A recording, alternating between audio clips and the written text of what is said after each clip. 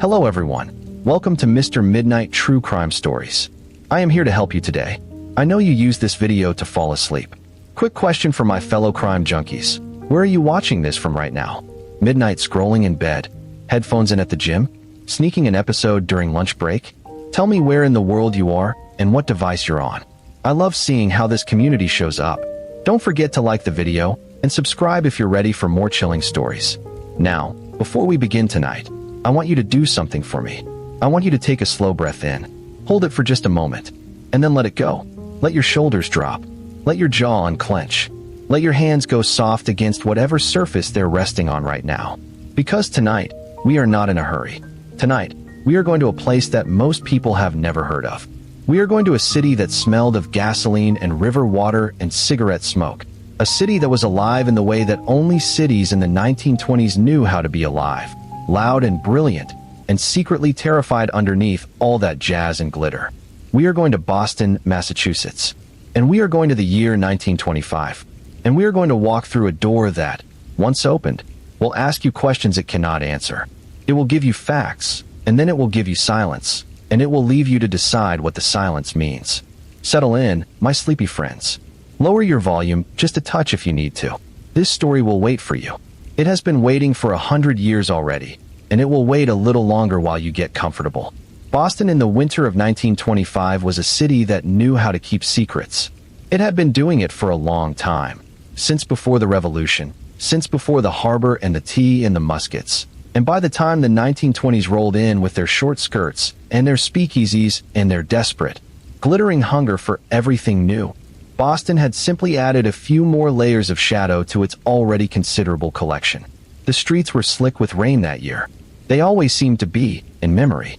The cobblestones of the older districts reflected the gas lamps in long orange streaks, and the newer parts of town, the parts that had electricity, threw white light out across the pavement in pools that the darkness gathered around, watching.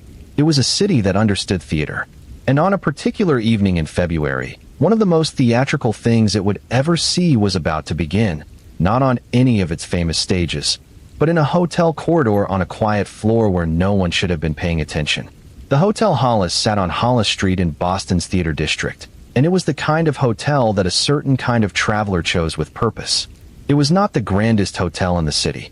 It was not the sort of place where politicians held court or where heiresses swept through lobbies in fur coats. It was a working hotel, clean and respectable, with good enough beds and reliable enough service that the theatrical community, the actors and singers and stagehands and wardrobe mistresses who moved up and down the eastern seaboard like birds following the warmth of applause, had made it something of a home away from home. When a company came to Boston, they often stayed at the Hollis.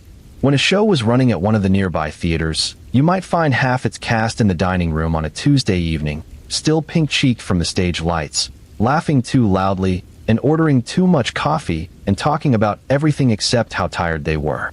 May Price knew the Hollis well. She had stayed there before.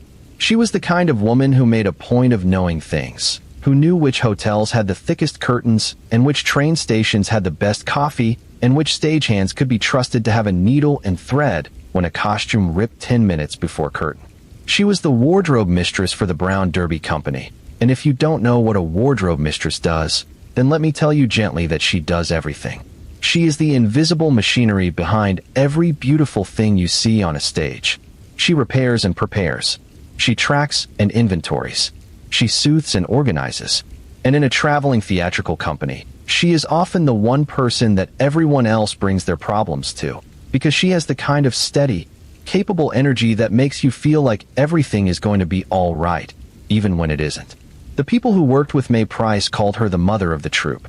Not as a figure of speech, exactly. More as a statement of fact.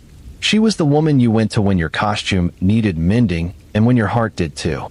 She was practical and warm, and she had the sort of laugh that made other people laugh without quite knowing why. She was not young.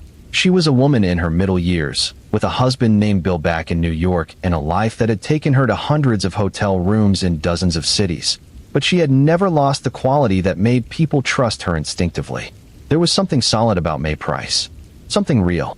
In a world full of theatrical people who wore masks for a living, she was a woman who seemed to have no masks at all.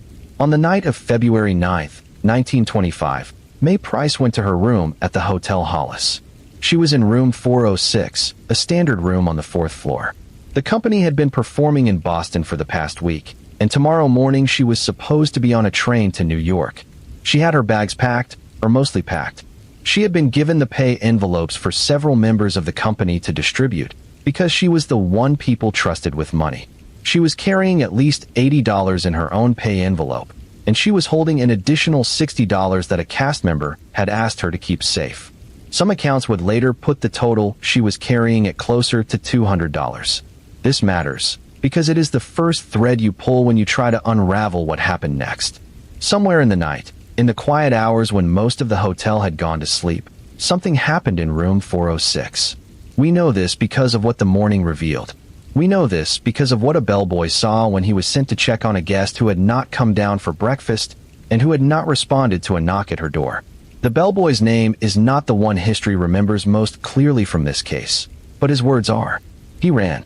He ran down 4 flights of stairs, through the lobby, out into the street, and all the way to Division 4 Station House, which was close enough that the run, breathless as it was, took only a few minutes.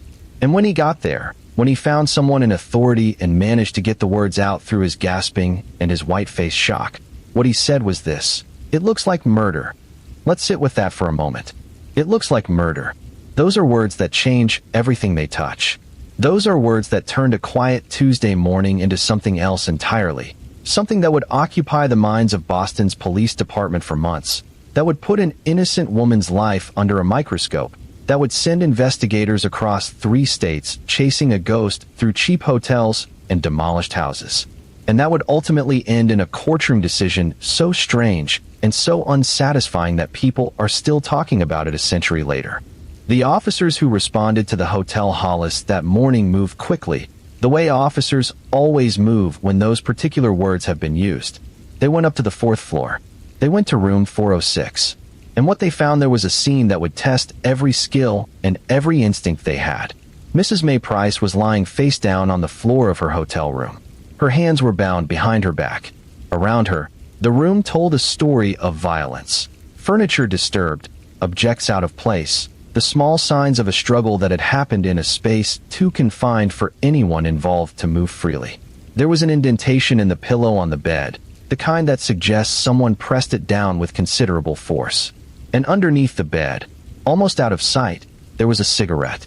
A single cigarette, unsmoked, as though it had been dropped in the dark by someone who hadn't wanted to be seen. The medical examiner who was called to the scene was a man named Dr. Timothy Leary. Not the Timothy Leary you might be thinking of, a different one, an earlier one, a man of science and procedure who had seen death in many forms and had learned to read what it left behind. Dr. Leary examined May Price carefully, and what he found told a story of tremendous violence. She had been strangled. She had broken ribs. And on her hands, beneath her fingernails, there were traces of skin that did not belong to her. She had fought. She had fought hard, in that small room, in the middle of the night, with her hands eventually bound and her strength failing. She had fought, and she had left a mark on whoever had done this to her. The time of death, Dr. Leary estimated, was somewhere around 2 in the morning. The hotel had been quiet. No one had heard a thing. And that, my sleepy friends, is where the real mystery begins.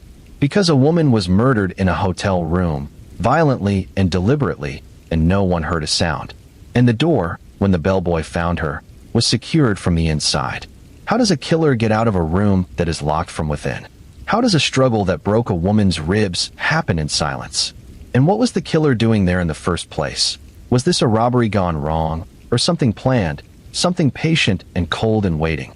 The investigators who began walking through room 406 that morning did not yet know the answers to any of those questions. What they knew was that a woman who had been trusted and loved and called mother by people who worked beside her every day was lying on the floor of a hotel room, and she was dead, and someone in the city of Boston knew exactly why. They just had to find out who. The cigarette under the bed would matter.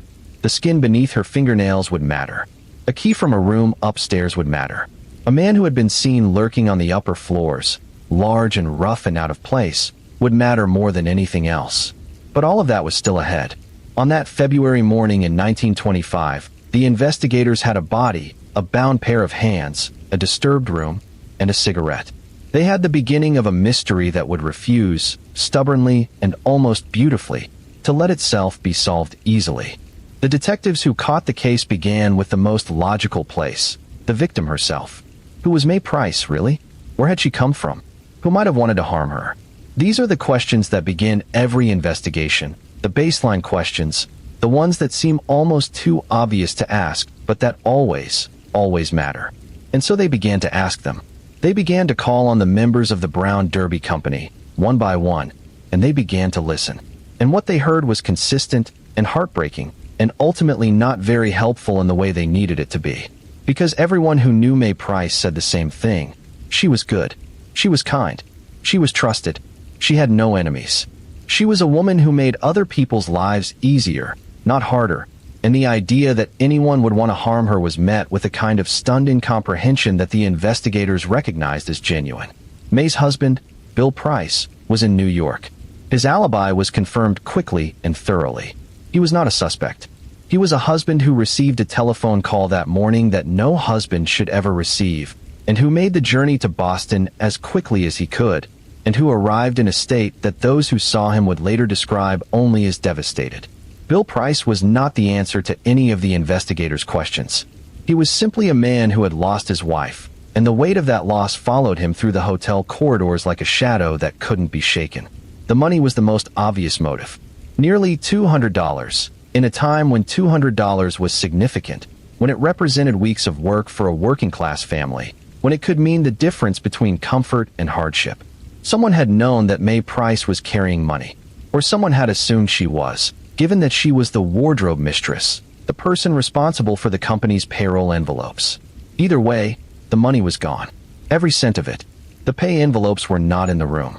May's personal funds were not in the room. Whatever she had been carrying when she went to sleep the night before had been taken. But here is the thing that kept nagging at the investigators, the thing that they kept coming back to even when they tried to put it aside. The violence was excessive. A robbery. Even a robbery that goes wrong. Even a robbery where the victim wakes up and struggles and has to be subdued does not typically result in broken ribs and strangulation and bound hands. A robbery that turns violent usually ends faster than that. What had happened in room 406 had taken time. It had taken effort. It had taken a particular kind of ruthlessness that felt personal, even if the perpetrator had never met May Price before that night. This was no ordinary robbery, one of the investigators said, standing in that room, looking at what remained of the life of Mrs. May Price.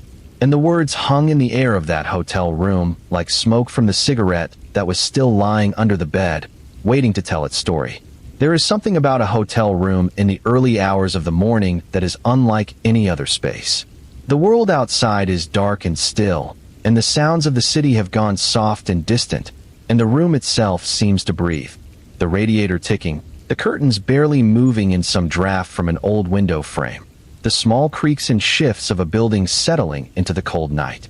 It is a space of profound privacy. You are surrounded by strangers, but you are alone. And that loneliness, that particular solitude, is something that the investigators had to think about when they tried to understand what had happened to May Price. She had been alone in room 406. The members of the Brown Derby Company were distributed across various rooms in the hotel, and some were staying elsewhere in the city, and none of them had been with May that night. She had said her goodnights, and she had gone to her room, and she had apparently not opened the door again to anyone she recognized or trusted. Or perhaps she had. Perhaps she had been deceived. Perhaps someone had knocked with a story that had made sense at the time. Perhaps the last face May Price saw was a familiar one wearing an unfamiliar expression. The investigators didn't know, and not knowing drove them deeper into the details of the hotel itself. The Hotel Hollis was the kind of place where the staff knew things. Hotel staff always do. They move through the building at all hours, invisible in the way that service workers are made invisible by the expectations of the people they serve. And in that invisibility, they see everything. The bellboys and the maids and the desk clerks and the night staff. These were the people the investigators needed to talk to, and they talked to them carefully and thoroughly, going back again and again to ask the questions in different ways, to see if a detail might surface that hadn't come up the first time. And things did surface. Not all at once. Not in the dramatic way that stories sometimes compress these revelations into a single moment of clarity. It was slower than that. It was the accumulation of small details over hours and days that began to build a picture of the night of February 9th. A picture that was still incomplete, but that was starting to have edges. One of the most significant details came from another floor of the hotel entirely. On the 6th floor, in room 606, there had been a birthday party the previous evening. Nothing wild or disruptive, just a group of theatrical people celebrating together, laughing and eating and being human in the way that people who spend most of their lives performing need to be, sometimes, offstage. The party had gone on for several hours, and at some point during the evening, the key to room 606 had been left in the door. Just left there, a common enough carelessness, the kind of thing that happens when people are relaxed and comfortable and not thinking about security because they have no reason to be thinking about security. The key to room 606 was missing by the following morning. Think about that for a moment. Someone, on that floor, at some point during those evening hours, had taken a hotel room key. And then a woman on the 4th floor had been murdered, and the door to her room had been secured from the inside. The investigators began to consider a possibility that was both simple and deeply unsettling. What if the door had been secured from the inside because the killer was still on the inside when the door was found locked?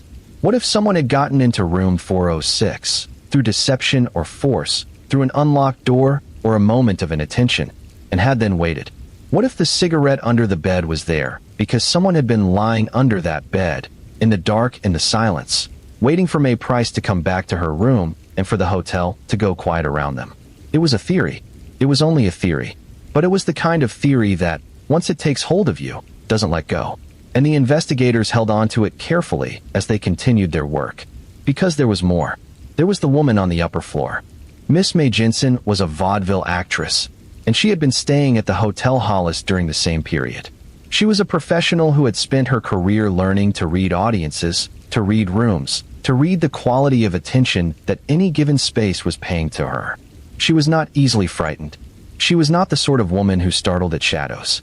But on the evening before May Price was found dead, Miss Jensen had encountered something on one of the hotel's upper floors that had frightened her enough that she had turned around and walked quickly back the way she had come. She described what she had seen as a large man. Large in a way that commanded attention, in a way that was not entirely explained by his height. There was a quality of mass and power to him that she found immediately unsettling, even before he had done or said anything threatening. He was rough-looking, she said. The word she kept coming back to was rough. Not rough in the way of a laboring man or a man who worked outdoors. Rough in a different way, a harder way, the kind of roughness that comes from something other than honest work. He had looked at her, and she had looked at him, and something in the way he looked at her had made every instinct she possessed tell her to leave. She left. She did not report the encounter that night. She had no reason to. A strange man in a hotel corridor is not, by itself, a crime. She went back to her room, and she thought about it, and she told herself it was nothing, and she went to sleep. And the next morning, she heard what had happened to May Price, and the man from the corridor came rushing back to her in full and vivid detail. The investigators listened to Miss Jensen's account with great care. What she was describing, a large, rough man on the upper floors of the hotel, on the same evening as the murder, was not evidence in the legal sense.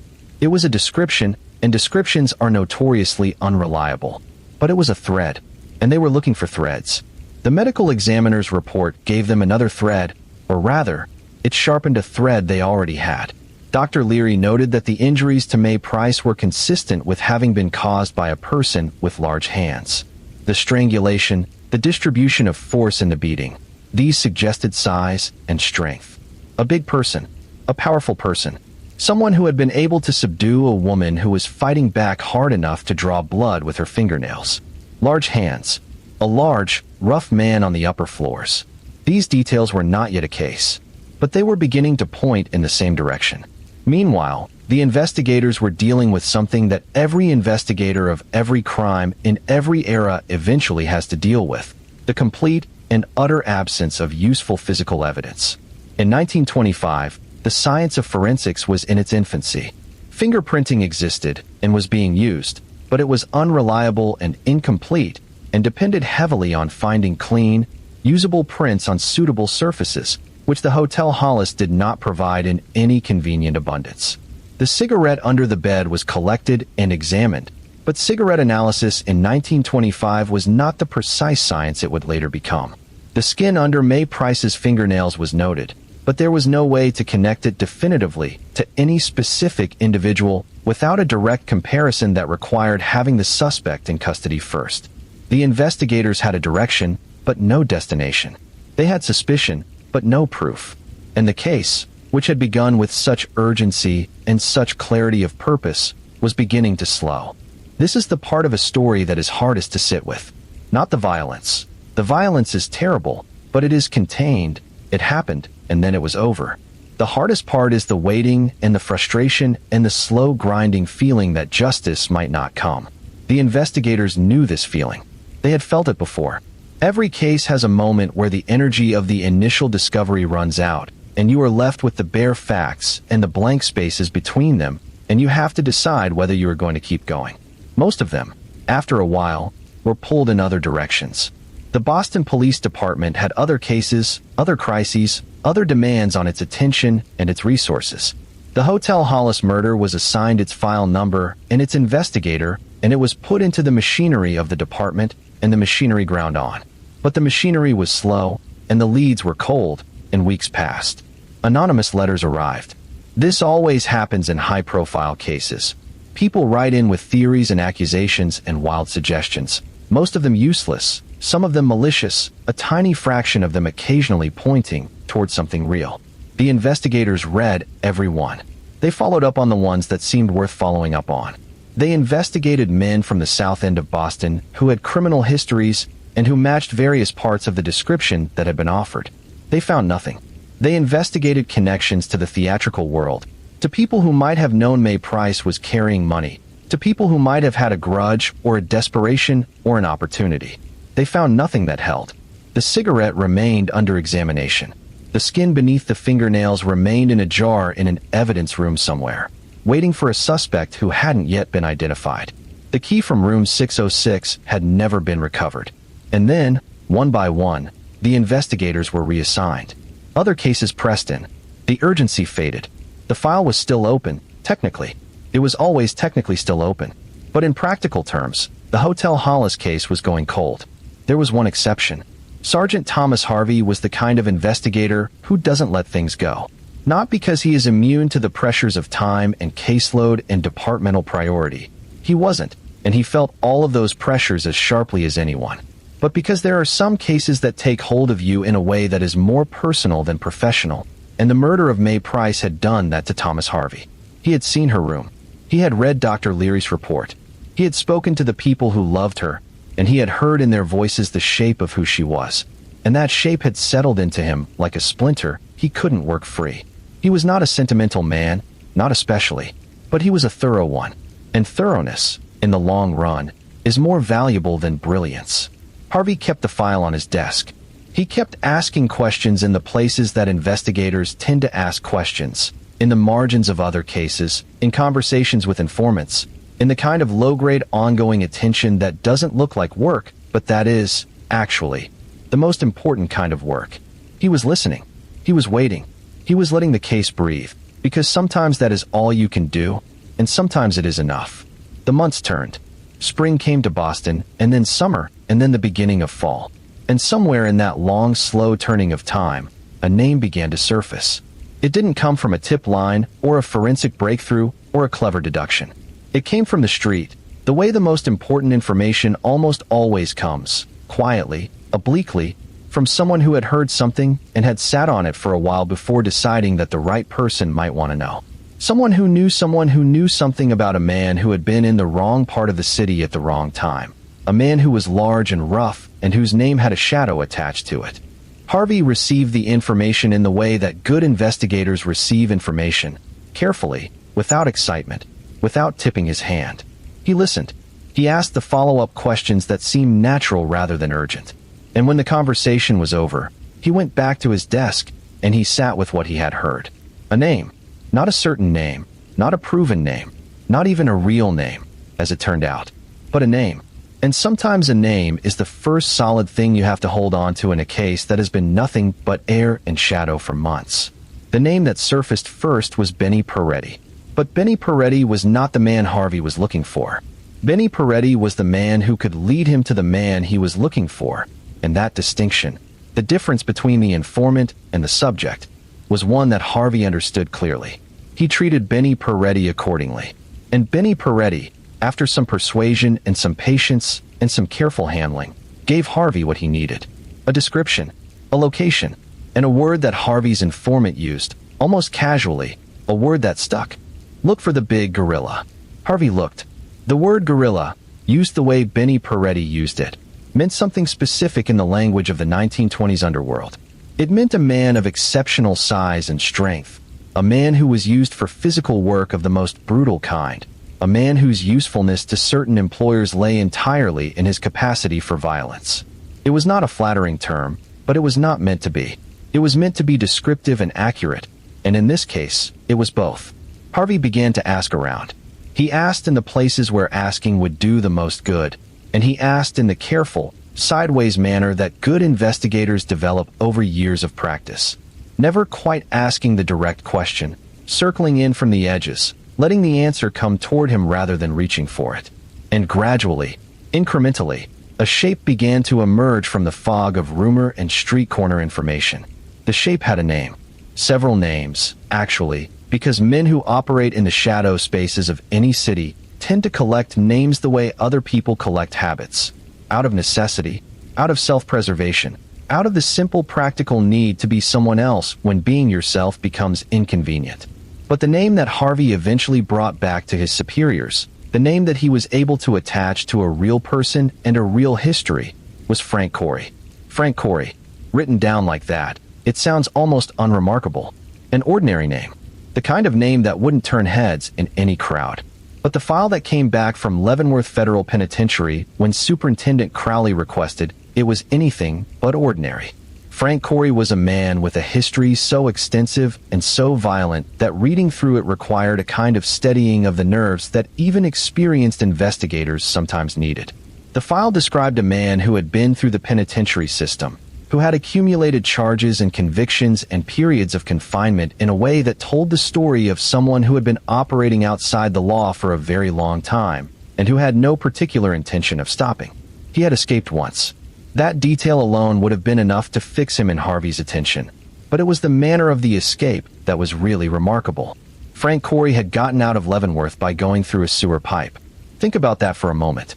Think about the kind of determination, the kind of physical capability, the kind of absolute refusal to accept constraint that it takes to escape through a sewer pipe. This was not a man who was deterred by difficulty. This was not a man who gave up when the way forward was unpleasant. This was a man who went through sewer pipes and came out the other side. He had aliases, of course. Benny Peretti had called him the Wop, which was a slur that Harvey noted and set aside. It told him about Frank Corey's ethnic background as perceived by his associates, but it didn't tell him anything useful for finding him.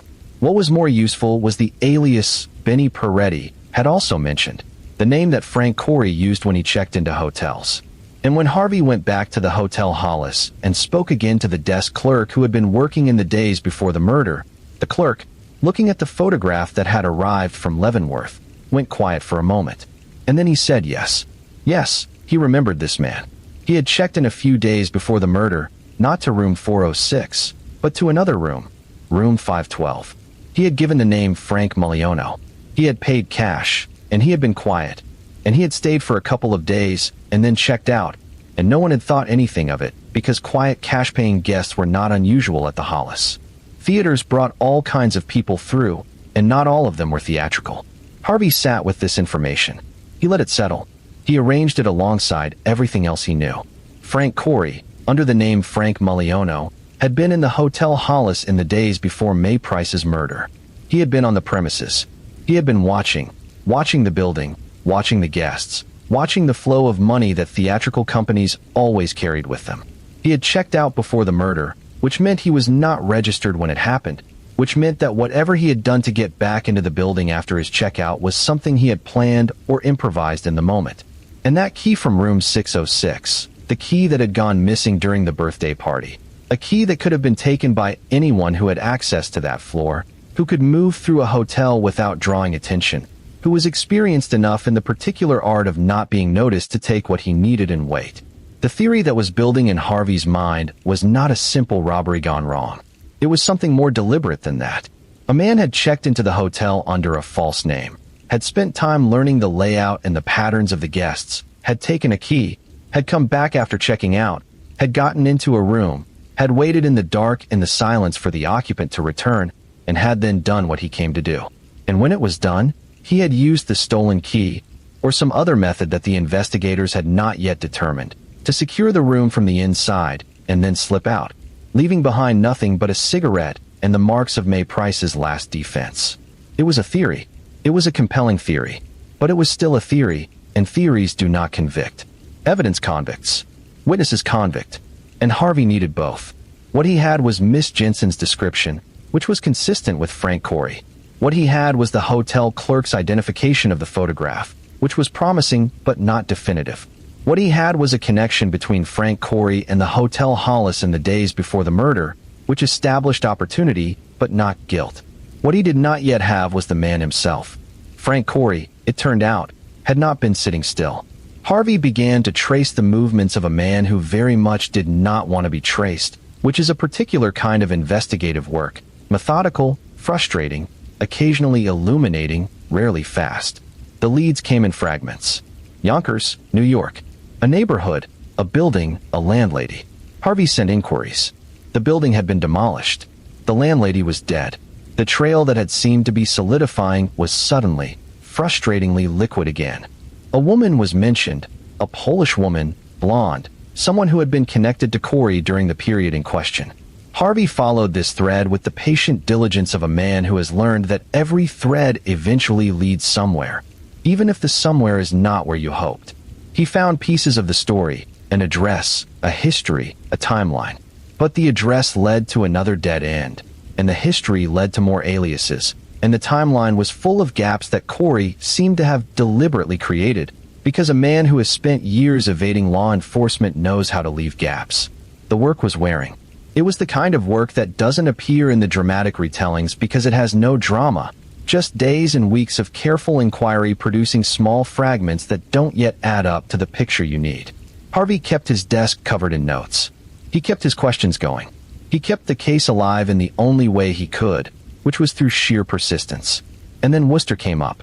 A city in the middle of Massachusetts, not far from Boston in the scale of distances, but worlds away in character, quieter, more provincial, a city that minded its own business in a way that Boston, for all its history, sometimes didn't quite manage. An address in Worcester. A room in a rooming house. A name. The question now was how to approach it. And this is where Harvey showed the quality that distinguished him not just as an investigator, but as a strategist. He did not want to alert Frank Corey. He did not want to send men in uniform to a door and have the door answered by someone who would say that yes, they knew the man. But no, he wasn't here right now, and no, they didn't know when he'd be back. He wanted the man himself. He wanted the actual Frank Corey, in the room, with nowhere to go. The plan that Harvey and his team constructed was elegant in its simplicity. They went to the rooming house in Worcester. They spoke to the landlady. And they presented themselves not as police officers investigating a murder, but as city health inspectors who had received a complaint about the sewer system. There were concerns, they explained, about drainage. They needed to check the pipes in the building. The landlady was cooperative. What landlady wouldn't be when health inspectors come with official manner and official paperwork? She let them in. She showed them around. And they waited. Because the information they had indicated that Frank Corey was not in the room at that moment, but was expected back. And so they waited, with the patience that all of this long year of work had taught them, and they watched. He came home on a trolley. He came up the street in the ordinary way, a man returning to his room at the end of a day, not running, not looking over his shoulder, apparently not alarmed. And Harvey watched him come, and made the decision, and moved. The arrest was quiet. That detail matters, because it tells you something about Frank Corey. Not that he was calm or cooperative, but that he was too smart to make a scene on a public street. He was brought in. He was sat down. And then the interrogation began. Frank Corey denied everything. He denied ever having been in Boston. He denied knowing anything about the Hotel Hollis. He denied recognizing any photograph that was placed before him, denied any connection to any name that was mentioned, denied any knowledge of May Price or the Brown Derby Company or any event of February 9th, 1925. He was fluent in denial, the way a man becomes fluent in a language he has spoken for years. His face was steady. His voice was level. He had been through interrogations before, and he knew how to sit inside one without cracking. When a statement was prepared, a careful document laying out the evidence against him and asking for his response, Frank Corey looked at it and refused to sign. A lawyer arrived. After that, the room was quieter still. Harvey sat across from Frank Corey and looked at him. Corey looked back. And in that silence, in that particular quality of standoff that exists between an investigator who knows something and a suspect who knows that the investigator knows it, something was established that would carry through to the trial. Harvey believed, without any remaining doubt, that he was looking at the man who had killed May Price. And Frank Corey, whatever he believed or felt or feared, had chosen silence as his weapon. Silence. The same silence that had surrounded the murder of May Price in room 406. The same silence that the hotel had maintained through that long February night. It seemed to follow this case like a companion, moving through every stage of it, from the moment of the crime through the investigation and now into this interrogation room in Worcester, where a large and dangerous man sat across from a patient and determined sergeant, and neither one of them said anything at all. Harvey went home that night and thought about what he had. He thought about Miss Jensen and the photograph and the hotel clerk and the key and the cigarette and the theory about the space under the bed. He thought about the skin beneath May Price's fingernails and the description of large hands and the escaped convict who had gotten out of Leavenworth through a sewer pipe. He had a case. He believed he had a case. Whether 12 people in a jury box would agree was the question he could not yet answer. The charge was murder. The trial would come. And what happened in that courtroom would be one of the most unexpected endings to an investigation that had already been full of surprises. Let me take you back for a moment before we go forward. Because in the telling of a story like this one, it is important to pause sometimes and remember who we are talking about. Not the suspect, not the investigators, but May Price, the woman at the center. She had been a wardrobe mistress for many years by the time she came to Boston in February of 1925. This was not a glamorous profession, not in the way that the theater could be glamorous. The actors and the directors and the leading ladies got the glamour, and the wardrobe mistress got the needle and thread and the measuring tape and the costume trunks that had to be loaded onto trains in the cold dark of early morning and unloaded on the other end and opened and checked and arranged before anyone else had thought about being awake. She got the work, and she had done that work for years, in city after city, in theater after theater, with a consistency and a competence that had made her irreplaceable. The Brown Derby Company was lucky to have her, and they knew it. The members of the troupe, who had worked with her for long enough to understand what she meant to the smooth functioning of everything they did, had given her the nickname Mother, not sarcastically, not in the way that nicknames sometimes carry a small edge of irony, but with genuine affection and genuine respect. She was the person who held things together. She was the person who knew where everything was and who remembered what everyone needed and who could fix a costume emergency in 10 minutes flat with whatever happened to be in reach. She was the person who listened. She was the person who remembered birthdays. She was the person who, when someone in the company was having a hard time, appeared quietly with a cup of coffee and stayed until the hard time had passed a little. She was also the person trusted with money, which tells you everything you need to know about the character she had built over years of being exactly who she was. Trust is not given in theatrical companies any more freely than it is given anywhere else. The world of traveling theater in the 1920s was a world of tight margins and constant financial anxiety, and people who were charming and talented, but sometimes unreliable. May Price was reliable. She was the standard by which reliability was measured. When the pay envelopes needed to be distributed and safeguarded and accounted for, it was May Price who carried them. And on the night of February 9th, she was carrying them to bed. Her husband Bill was expecting her home the next morning. She had been on the road for the run of the company's Boston engagement, and the engagement was ending, and she was coming home. He was probably making plans in his head the way spouses do when someone they love has been away for a while. thinking about what they would have for dinner, thinking about what news they'd exchanged over letters and whether there was anything left to catch up on face to face, thinking about the simple, ordinary pleasure of having the other person in the house again. He did not know, on the night of February 9th, that May would not be coming home. He went to bed that night, not knowing anything was wrong. The call came the next morning. There is a particular cruelty to the way terrible news travels, the way it travels by ordinary means, a telephone call, a knock at a door, someone's voice saying words that collapse everything around them. Bill Price received his terrible news by telephone, and then he made arrangements and got on a train and came to Boston, and what he found there was not his wife on a platform waiting for him, but a hotel room and a police department and a fact that no one could change. He moved through those days like a man who is still, on some level, waiting for someone to tell him it was a mistake. He went home eventually, without her, and the ordinary pleasure he had been imagining, the dinner, the catching up, the simple presence of the other person, was never going to happen. The investigators spoke to Bill Price, of course. They had to. He was her husband, and in any murder investigation, the people closest to the victim are always the first to be examined. Bill Price submitted to this examination with the cooperative numbness of a grieving person who understands the necessity of what is happening even if every part of him wants to be somewhere else doing something that isn't this. His alibi was solid. Multiple people in New York could account for his whereabouts on the night of February 9th. He was not a suspect in any meaningful sense. He was simply, as the investigators recorded, the husband. That clinical designation, stripped of everything it actually meant, was the only way the paperwork could hold him. The people of the Brown Derby Company were also interviewed, each of them separately and carefully. They were a close-knit group in the way that theatrical companies tend to be, thrown together by circumstance and held together by the peculiar intimacy of performing for audiences night after night, of sharing the particular adrenaline and exhaustion of stage work. They cared about each other, in the way of people who have been through a particular kind of shared experience.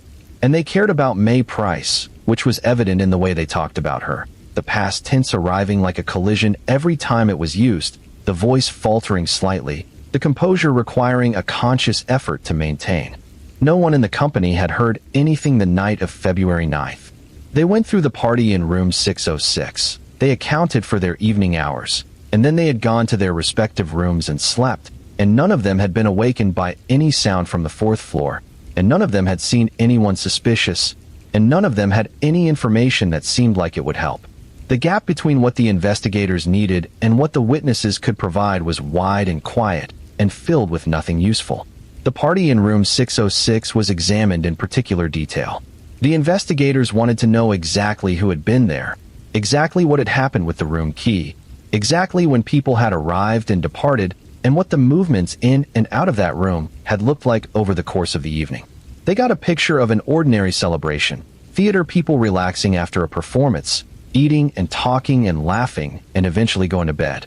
Nothing unusual, nothing alarming, except that at some point during that evening, someone had removed the key from the door of room 606, and that person was not among the people who had been at the party. The key was the thing that kept coming back. It was the thing that changed the shape of the entire investigation, because a missing hotel key implies deliberate action. Keys don't disappear on their own. Keys disappear when someone takes them. And if someone took the key to room 606, they took it for a reason. And if the reason had anything to do with gaining access to another part of the hotel, a part that a hotel key might help you reach or might help you appear to belong in, then the key was part of the planning, not an accident. Harvey worked through the theory many times. In a large hotel like the Hollis, rooms on the same floor were usually keyed differently, but master keys existed, and a key from one room might in certain circumstances be made to work in another, or might at least provide a plausible reason for being on a floor where you didn't belong.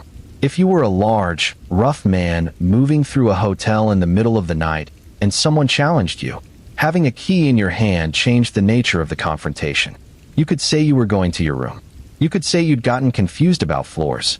A key in the hand made you, at a glance, a guest. Without it, you were an intruder. And then there was the theory about the bed. This was the part of the case that Harvey found both the most compelling and the most disturbing. The evidence of the scene, the pillow, the bound hands, the nature of the injuries, The fact that no one had heard anything and that the door had been secured from inside pointed to a possibility that was, in its cold-blooded deliberateness, almost hard to comprehend. The possibility that Frank Corey, or whoever had committed this crime, had gotten into room 406 before May Price returned to it for the night, had gotten in and hidden, possibly under the bed, had lain in the dark, in the silence, waiting for her to come back, waiting for the sounds of the floor to settle and the hotel to go quiet, and had then acted.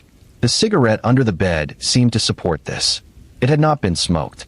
It had been dropped, perhaps in the dark, perhaps while adjusting a position, perhaps simply as the kind of small, inadvertent accident that happens when a person is lying still for a long time in a confined space and something slips from their pocket or their hand.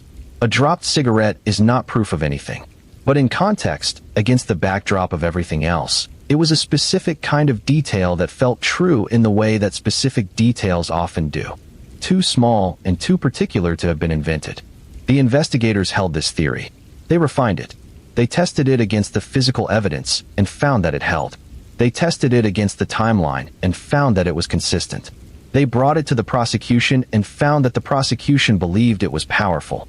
And then they took Frank Corey, who had been charged with murder, who had maintained his silence in the interrogation room, and they brought him to trial.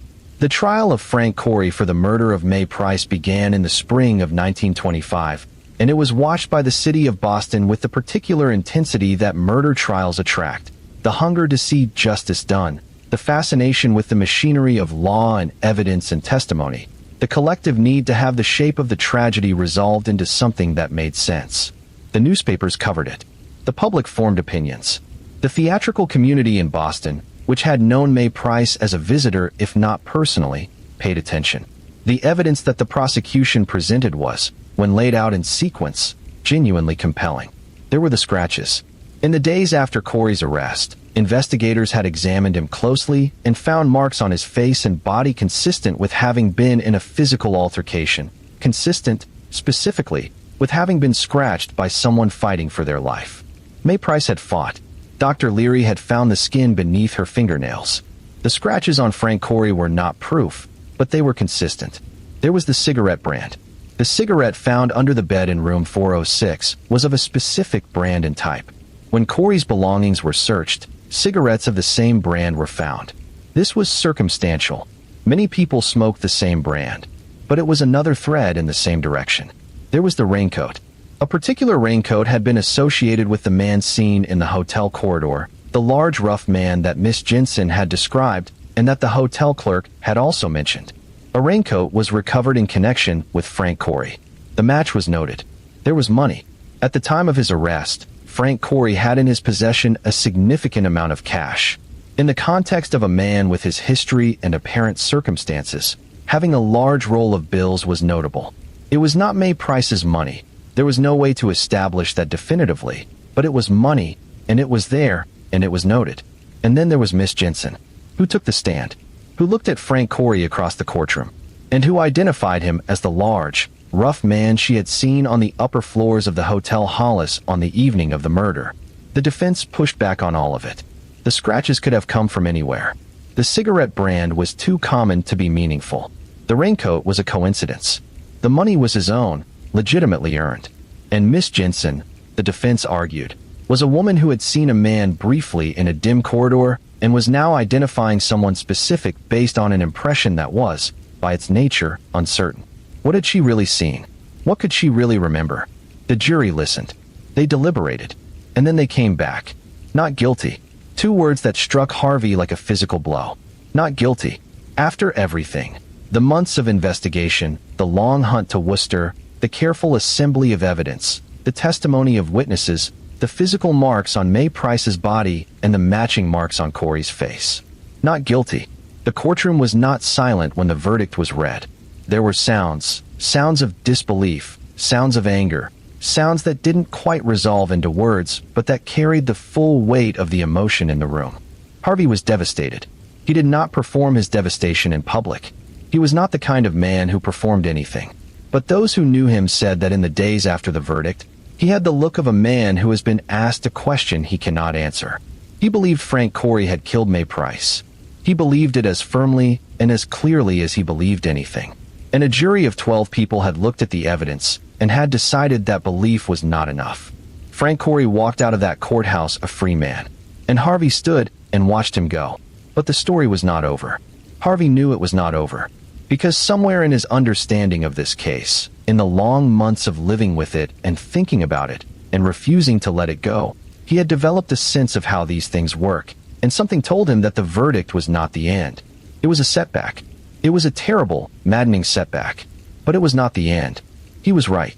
There are moments in any investigation where the story turns in a direction that no one could have anticipated, and those moments are usually not dramatic in the way that courtroom scenes are dramatic. They do not announce themselves with music or with sudden revelation. They arrive quietly, almost accidentally, in the form of something overheard or noticed or remembered at the wrong moment. And what happened to Frank Corey in the days after his acquittal was exactly that kind of moment, small, quiet, and completely decisive. Someone overheard a conversation.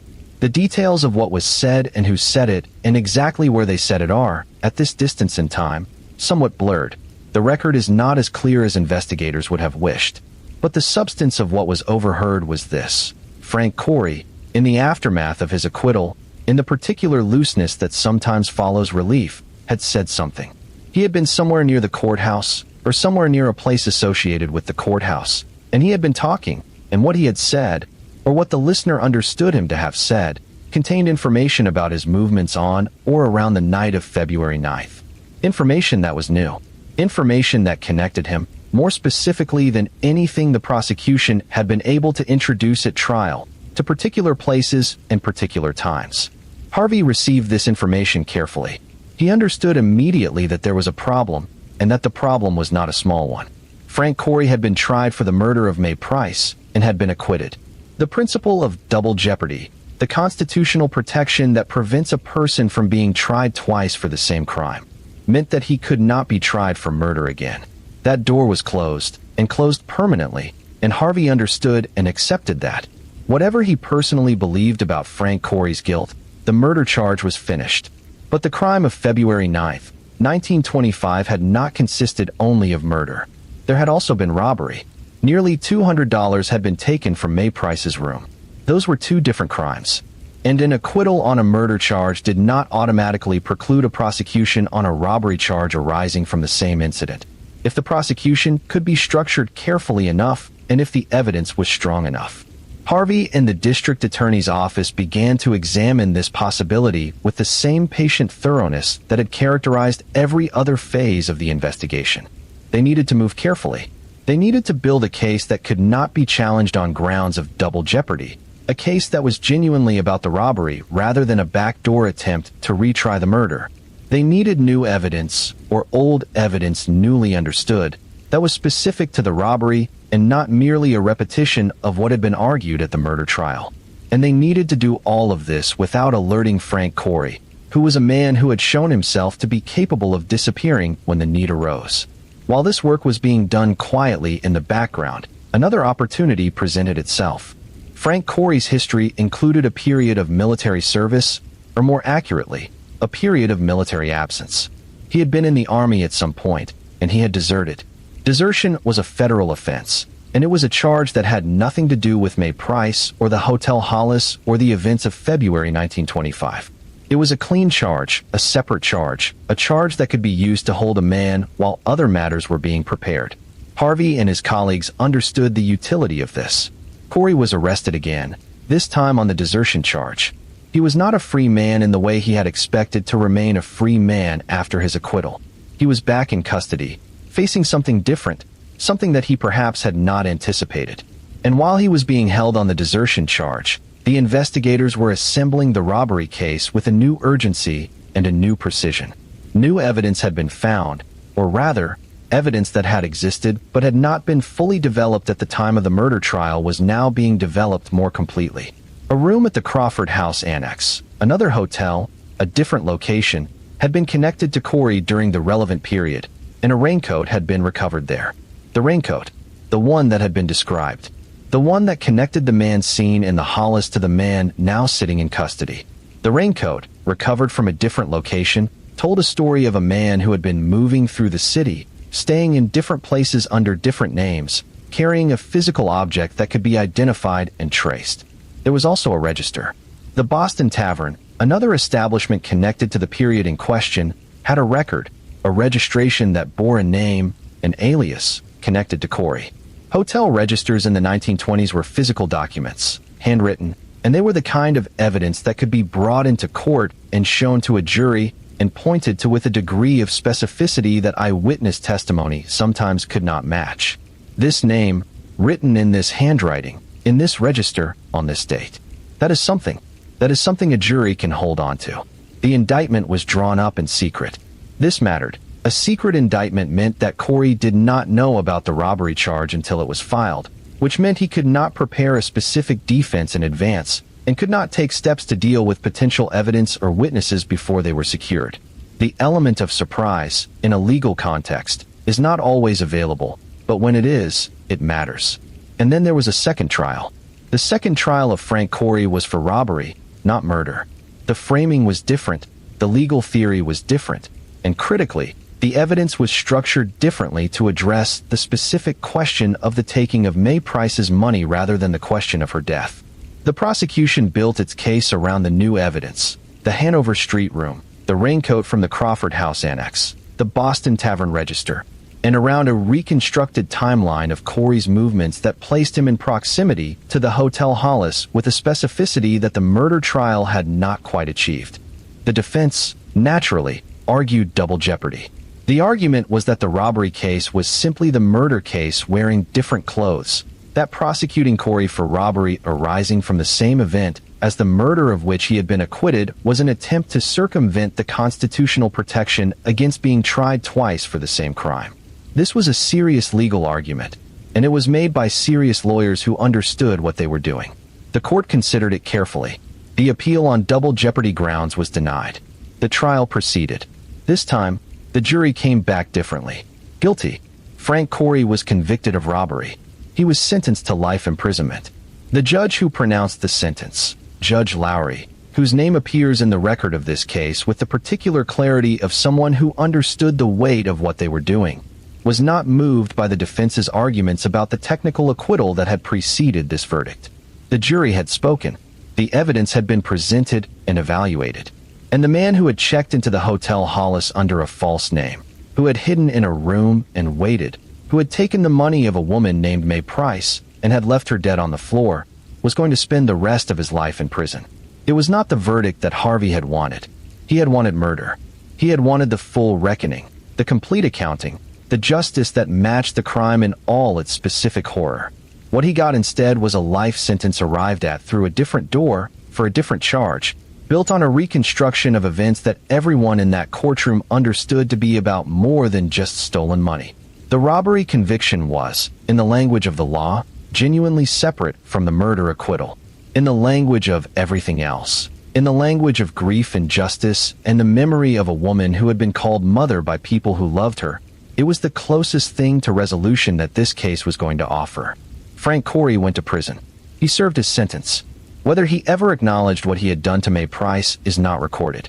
Whether the investigators who had worked on the case for more than a year, who had followed his trail through New York and Worcester and demolished buildings and dead ends, who had finally caught him on a trolley in a Massachusetts city while pretending to care about sewer drainage, whether those men felt that justice had been done is also, ultimately, not recorded.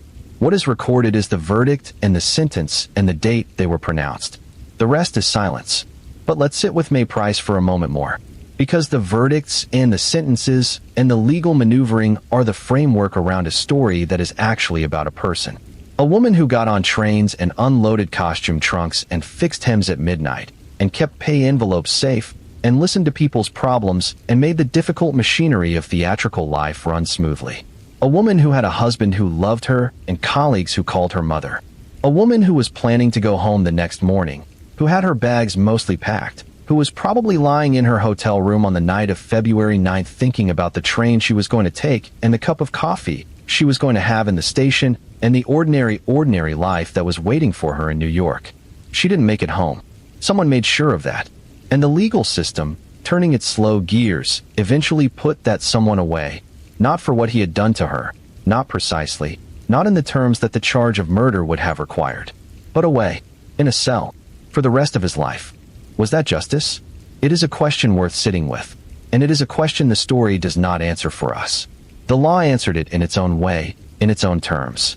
But justice is not always the same thing as the law, and the law is not always the same thing as what actually happened. And what actually happened to May Price in room 406 of the Hotel Hollis on the night of February 9, 1925, is something that exists in a space where no legal verdict can fully reach it. She fought back. Remember that. In the dark, alone, with her hands eventually bound, she fought back hard enough to leave marks on the person who killed her. She did not go quietly.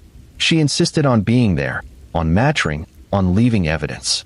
And the evidence she left, the skin beneath her fingernails, the struggle that broke her ribs, was the evidence that ultimately led, through a long and tortuous path, to the life sentence that was the closest thing to justice this case produced. Let that breathe for a moment. She fought back, and 100 years later, we are still telling her story. There is something in that, if you look at it right. There is something that refuses to be merely sad. Now, I want to take you somewhere different for a moment. I want to take you away from Boston for a little while, away from the Hotel Hollis and the corridors and the courtrooms, and I want to bring you into the room where the investigators sat with what they knew and what they didn't know and the questions that lived in the space between them. Because there are things about this case that the official record doesn't answer. Things that have been sitting in that space for 100 years, turning slowly in the light like dust motes in a still room, neither settling nor rising. The first question, the one that haunts this story most persistently, is the question of how. How did Frank Corey, if it was Frank Corey, get out of room 406 when the door was found secured from the inside? The theory about hiding under the bed addresses the how of getting in. It does not address the how of getting out. And this is the gap that the record leaves carefully open, the gap that no one in the trial fully managed to close, that the defense exploited and the prosecution navigated around but never quite filled. Here is one possibility, offered gently and with the caveat that it is speculation. Hotel doors in 1925 were not the same as hotel doors today. The mechanisms were different. The locks were different.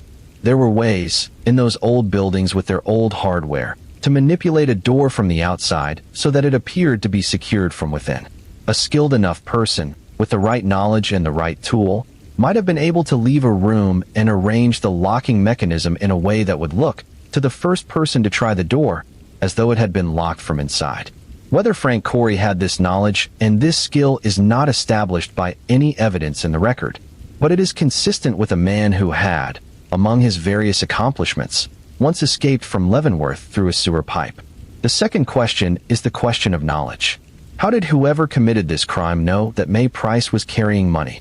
The pay envelopes were not common knowledge outside the company. The specific amounts she was carrying were not the kind of information that circulated widely. Yet the robbery had been, apparently, targeted. May Price had been targeted rather than another guest at the hotel, and the money had been the specific thing taken. How? One possibility is that it was not targeted at all, that the killer chose room 406 for reasons that had nothing to do with knowing May Price was carrying money, perhaps because it was on the 4th floor and accessible, perhaps because the room had been observed to be occupied by a woman traveling alone, perhaps simply because it was the room he had decided on, and the money was discovered in the course of what happened, and taken because it was there. This possibility makes the crime feel more random and perhaps more terrifying. Not planned against May Price specifically, but planned against some woman in some room, and May Price happened to be the one. Another possibility is that someone in or around the theatrical world had passed information, had mentioned, even casually, that the wardrobe mistress of the Brown Derby Company was responsible for the company's payroll during the Boston engagement. In a city like Boston in 1925, where the boundaries between the legitimate world and the underworld were porous in ways that Prohibition had made even more porous, information traveled in unexpected channels. A conversation in a bar, a word dropped in passing, a connection between someone who knew the company and someone who knew Frank Corey or people like him. It is possible.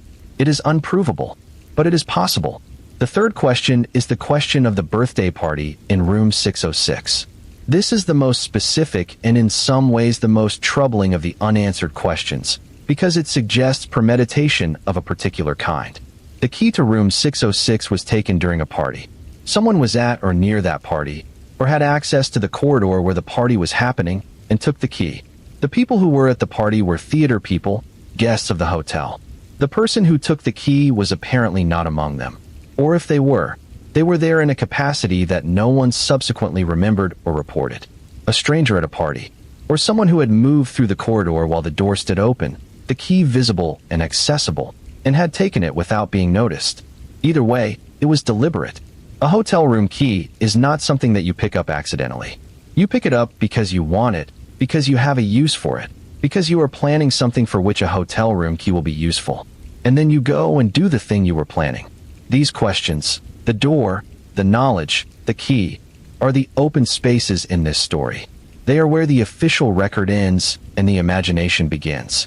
And in a story that is already more than 90 years old, the imagination is all we have left to fill those spaces with. What we can say with confidence is this.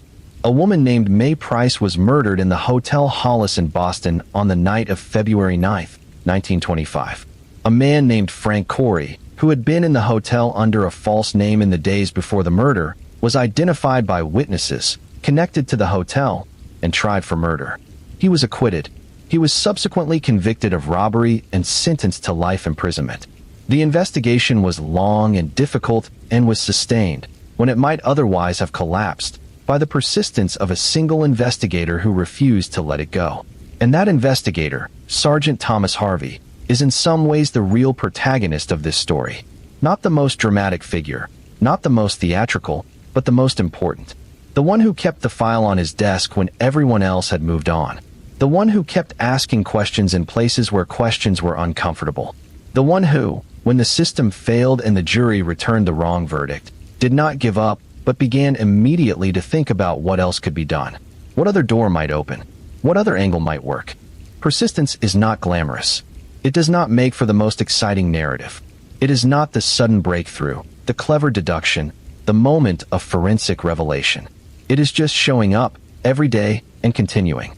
It is the accumulated weight of not stopping. And in this case, that accumulated weight was what finally put Frank Corey in a prison cell for the rest of his life. May Price deserved a murder conviction. She deserved the full reckoning of the law for what was done to her. She got a robbery conviction instead, and a life sentence for the man who took from her not just her money, but everything. It is not the resolution that should have come, but it is the one that came. And in the space between what should have happened and what did happen, the story of the Hotel Hollis mystery lives on, asking its questions, refusing to fully settle, turning slowly in the light. If you are still here, my sleepy friends, I want you to know something. You just spent time with a woman named May Price. You heard her story. You learned who she was, not just a victim in a case file, but a person who made people's lives better, who was trusted with their money and their problems, who was called mother because she earned it. You honored her by listening. That matters. Every story told about her is a small resistance against forgetting. Take a slow breath. You are safe. You are home. The darkness outside your window is just the night, ordinary and quiet. The sounds around you are familiar. You are here, and you are fine. Rest a little while I take you gently to the next story, the next set of questions, the next life that deserves to be remembered. There is a quality to the night that changes after midnight. You may have noticed this if you have ever been awake at 2 or 3 in the morning. Not because you couldn't sleep, but because something kept you there, some task or thought or worry that refused to let go until the small hours had passed. The quality of the silence changes. The darkness seems to have more texture to it, more weight. And the thoughts you have in those hours are different from daytime thoughts, more honest, sometimes more willing to go to places that the light of day tends to push away. I want to talk about that quality of the night as it relates to what happened at the Hotel Hollis, because I think it is something that the official record, with its dates and times and legal terminology, does not quite capture. What happened there happened in the deep night, in those particular hours when the city had gone as quiet as it was going to get, and the hotel had settled into sleep, and the only sounds were the small mechanical sounds of a building doing what buildings do in the cold. It happened in the dark, in the silence. And that darkness and that silence are part of the story in a way that matters. Think about what it means to be in a hotel room alone at 2 in the morning. You are at your most vulnerable, in some sense. You are in an unfamiliar space, without the familiar objects and sounds of home, in the private state of near sleep or sleep itself, with your guard as far down as it ever goes. And what happened to May Price happened in exactly that state, in exactly that hour, in a room where she should have been completely safe. Hotels are interesting places. They are public spaces that contain private spaces, buildings full of strangers sharing walls and floors, and the same stairways, and the same corridors, each in their own pocket of privacy, each separate from all the others. And in that configuration, there is a peculiar kind of vulnerability that doesn't exist in a private home. The vulnerability of being one of many, of being surrounded by people you don't know, of trusting the institution of the hotel itself to maintain the boundary between your private space and the rest of the world. May Price trusted the Hotel Hollis to maintain that boundary. She had stayed there before. She knew the building and the staff and the particular feel of the place. She was not a naive traveler. She was a woman who had spent years moving through hotels and train stations and unfamiliar cities, and she had developed the practical wisdom that comes from that kind of experience. She would have locked her door. She would have checked the windows. She would have taken the reasonable precautions that a careful, experienced traveler takes. And none of it was enough. Because the person who meant her harm was not coming from outside the boundary. They were already inside it, already within the protected space, already there in the room when she arrived. This is the part of the theory that I find most difficult to sit with, and I mention it not to frighten you, but because I think it is essential to understanding what this case was really about. If the under-the-bed theory is correct, and the evidence, while circumstantial, points in that direction, then what happened was premeditated in a very specific and very cold way. A person decided to hide. A person got into the room, somehow, and got under the bed, and waited. They waited for May Price to come back. They waited for the floor to quiet and the hotel to sleep. They waited with whatever they intended to do already formed and decided in their mind. And when the moment came, they acted. That kind of patience, that cold, deliberate patience, is what distinguishes this crime from a simple robbery or even a robbery gone wrong. A robbery gone wrong is chaotic. It is the product of bad decisions made in the moment, of surprise and panic and things escalating in ways no one planned. What happened in room 406 was not chaotic. It was controlled. It was planned. May Price fought back, and she fought with everything she had, but the person doing this to her did not panic and run. They continued. They completed what they came to do. And then they arranged the door and they left. I am telling you this not to dwell in the darkness of it, but because understanding the nature of a crime is part of understanding the nature of justice. And the justice that came in this case, a robbery conviction, a life sentence for a charge that was technically not what this was, is perhaps the most honest reflection of what the law could do and what it couldn't. The law could build a case for robbery.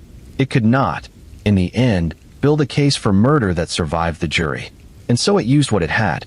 And what it had was enough to put Frank Corey in a cell for the rest of his life, which is, imperfectly, through a side door, with all the frustrations of a system that is built for process and sometimes loses sight of truth, something. Let me tell you about something else that has always struck me about this case. It is the way the theatrical world intersected with the crime world in that particular period, in that particular city, in 1925. These two worlds, the world of vaudeville and theater and traveling companies and wardrobe trunks and audiences and applause, and the world of petty crime and organized violence and men who move through the city under false names carrying secrets. These worlds were not as separate as you might expect. The theater district of Boston in the 1920s was surrounded by the kinds of neighborhoods that harbored both. The saloons and the rooming houses and the streets where a man like Frank Corey could move without attracting attention were adjacent to the theaters where the Brown Derby Company performed.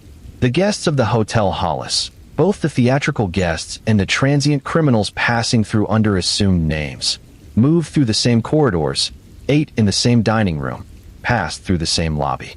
The proximity was physical and almost casual, and it meant that information, like money, could travel between these worlds without much friction. A man asking questions in a bar near the theater district about traveling companies. A man watching the hotel from the street, counting the guests, noting who came in and who went out and what they carried. A man who had been in the building for several days, quietly observing, before he took a room and began his particular kind of preparation. Frank Corey had been at the Hotel Hollis for a reason, and the reason was intelligence, the gathering of information about the place and its occupants and its routines that would allow him to do what he intended to do. This is the kind of crime that requires a certain kind of mind, not an unintelligent mind, quite the opposite. The planning involved, the patience, the execution, these are not the marks of someone who acts on impulse. And this is perhaps the most disturbing element of the Hotel Hollis mystery, if you are willing to follow it to its end. The murder of Mae Price was not a crime of passion. It was not even, purely, a crime of desperation. It was, in the cold language of criminal psychology, a predatory crime.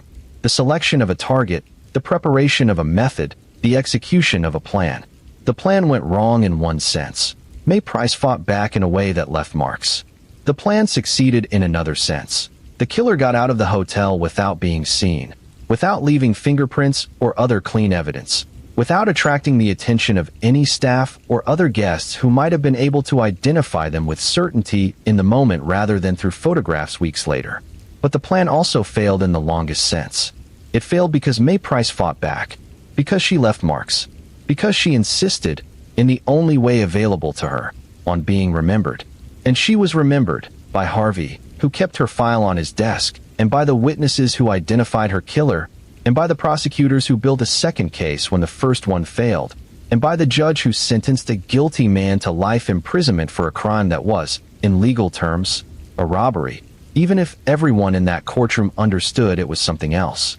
And now, 100 years later, she is remembered here too. In this quiet, wherever you are listening from, in the particular kind of attention that is available in the dark and the stillness. You are paying attention to Mae Price. You are holding her in mind. And that is not nothing. Breathe softly. Let your muscles rest. The story is still going. And I will keep the pace slow, and I will keep your hand in mine as we move through it. If you want to understand why the Hotel Hollis case became the case that it became, the case that outlasted its formal resolution, that continued to be discussed and examined long after Frank Corey had been sentenced and the courtroom had gone quiet, you have to understand something about the nature of unanswered questions and the human need to find answers for them. This is true of all true crime, in a sense. The reason people listen to stories like this one, in the dark, in the quiet hours, is not purely because they are frightening or exciting, though they may be both. It is because they are incomplete. A solved mystery is satisfying. An unsolved one is compelling. And a mystery that is technically resolved, but genuinely unsatisfying, a mystery that has a verdict but not quite an answer, is the most compelling kind of all. The Hotel Hollis case was technically resolved. A man was convicted of robbery and sentenced to life imprisonment in connection with the death of Mae Price. That is a resolution. But the murder charge had failed, and the conviction that came was for a lesser crime, and the questions that remained, the questions about the locked door, the hidden killer, the key from room 606, the knowledge of the money, those questions had never been answered in court, never established as fact, only offered as theory. And in the space those unanswered questions created, the story lived on. There is also something compelling about the character of Sergeant Thomas Harvey. I want to spend a little more time with him, because I think he deserves it. He was not a famous man. He was not the kind of investigator whose name became synonymous with brilliant cases or legendary deductions. He was a working detective in a city police department, doing the daily grinding work of investigation with the resources he had and the time he was given. And when the resources were withdrawn and the time ran out and the department had moved on to other things, he kept working. Not because he was heroic in any theatrical sense, but because he was persistent in the most ordinary and most admirable sense. Persistence is underrated. We celebrate cleverness and brilliance and the sudden insight, the moment of deduction that cracks a case open. These things are real and they matter. But the Hotel Hollis case was not solved by a moment of brilliance. It was solved, to the extent that it was solved, by someone who kept a file on his desk and kept asking questions and refused to let the passage of time be an acceptable reason to stop. That is a particular kind of dedication that is quiet and unglamorous and absolutely essential. Think about what Harvey did in the months between the discovery of the crime and the development of the lead that gave him Frank Corey's name. He did the work. Every day, in whatever margin of time he could find, he did the work. He reread the statements. He re-examined the physical evidence. He kept his lines of communication open with informants and contacts in the parts of the city where useful information circulated. He maintained the case in a state of active attention even when there was nothing active happening. He watered it. In a sense, the way you water a plant that appears dormant but that you believe, on some level of faith, is still alive. And the plant grew. Not dramatically, not all at once, but eventually it grew. The name surfaced. The photograph arrived. The witnesses identified it. The trail led to Worcester, and the trolley, and the quiet arrest, and the interrogation room, and the trial, and the acquittal, and then the second trial, and the conviction. All of that came from keeping the file on the desk. All of that came from not stopping. This, I think, is the deepest theme of the Hotel Hollis case, more than justice or forensics or the particular cruelty of the crime. It is about what happens when a single person decides that something matters enough to persist. Harvey could have closed the file. The department had, in effect, asked him to. Other cases were pressing. Other victims needed attention. The institutional logic of the situation was entirely on the side of letting the Hotel Hollis murder become one of those unsolved cases that fill the filing cabinets of every police department in the country. Harvey declined to let it be that. And because of that, Frank Corey spent the rest of his life in prison. That is what persistence does when it is applied to the right purpose by the right person at the right time. Now, let me tell you something else about 1925 Boston that is important to understand if you want to feel the full texture of this story. It was a city in the middle of a strange and contradictory period. Prohibition was in effect, which meant that alcohol was illegal, which meant that alcohol was everywhere, in the speakeasies and the back rooms, and the carefully private social events where the rules were well understood to not apply. The energy of that contradiction, of a law that almost everyone broke and almost no one respected, had a particular effect on the culture of cities like Boston. It created a widespread sense that the line between legal and illegal was negotiable, that the right connections and the right arrangements could put almost anything within reach. This is the atmosphere in which Frank Corey moved. He was not unusual in moving through the borderlands between the legitimate world and the criminal one. Many people did, in that era, in that city. What made him unusual was the particular character of the crimes he committed. He was not a bootlegger or a numbers man or a small-time hustler. He was violent in a way that was different from the ordinary commerce of the underworld. He was, in the language that Benny Peretti had used, a guerrilla, a man whose value to anyone who might employ him lay in his capacity to hurt people. And when there was no one to employ him, he applied that capacity on his own account. The Leavenworth file told the story of a man who had been violent in multiple contexts, over multiple years, in multiple states. Frank Corey had not appeared in Boston and committed his first crime. He had arrived with a history, with a set of developed skills and an established willingness to use them, and he had found in the Hotel Hollis and in the Brown Derby Company's payroll a target that suited his purposes. Whether he chose May Price's room because he knew she had money or because she had the room that was most accessible to whatever preparation he had done, that question, as I said earlier, remains open. But the choosing was deliberate. The preparation was deliberate. The crime was deliberate. And this is where the psychological dimension of the case becomes interesting and slightly haunting. A man who hides under a bed and waits for hours in the dark is operating with a kind of discipline that is frightening precisely because it is controlled. He is not carried away by emotion. He is not acting on impulse. He is managing himself, his breathing, his body, his presence, in a space so confined that most people would panic, for a period so long that most people would give up, toward a goal so specific that any deviation from the plan would require him to recalibrate and continue. That is control. And control, when it is in the service of something terrible, is more disturbing than chaos. The investigators who eventually built the case against Frank Corey understood this.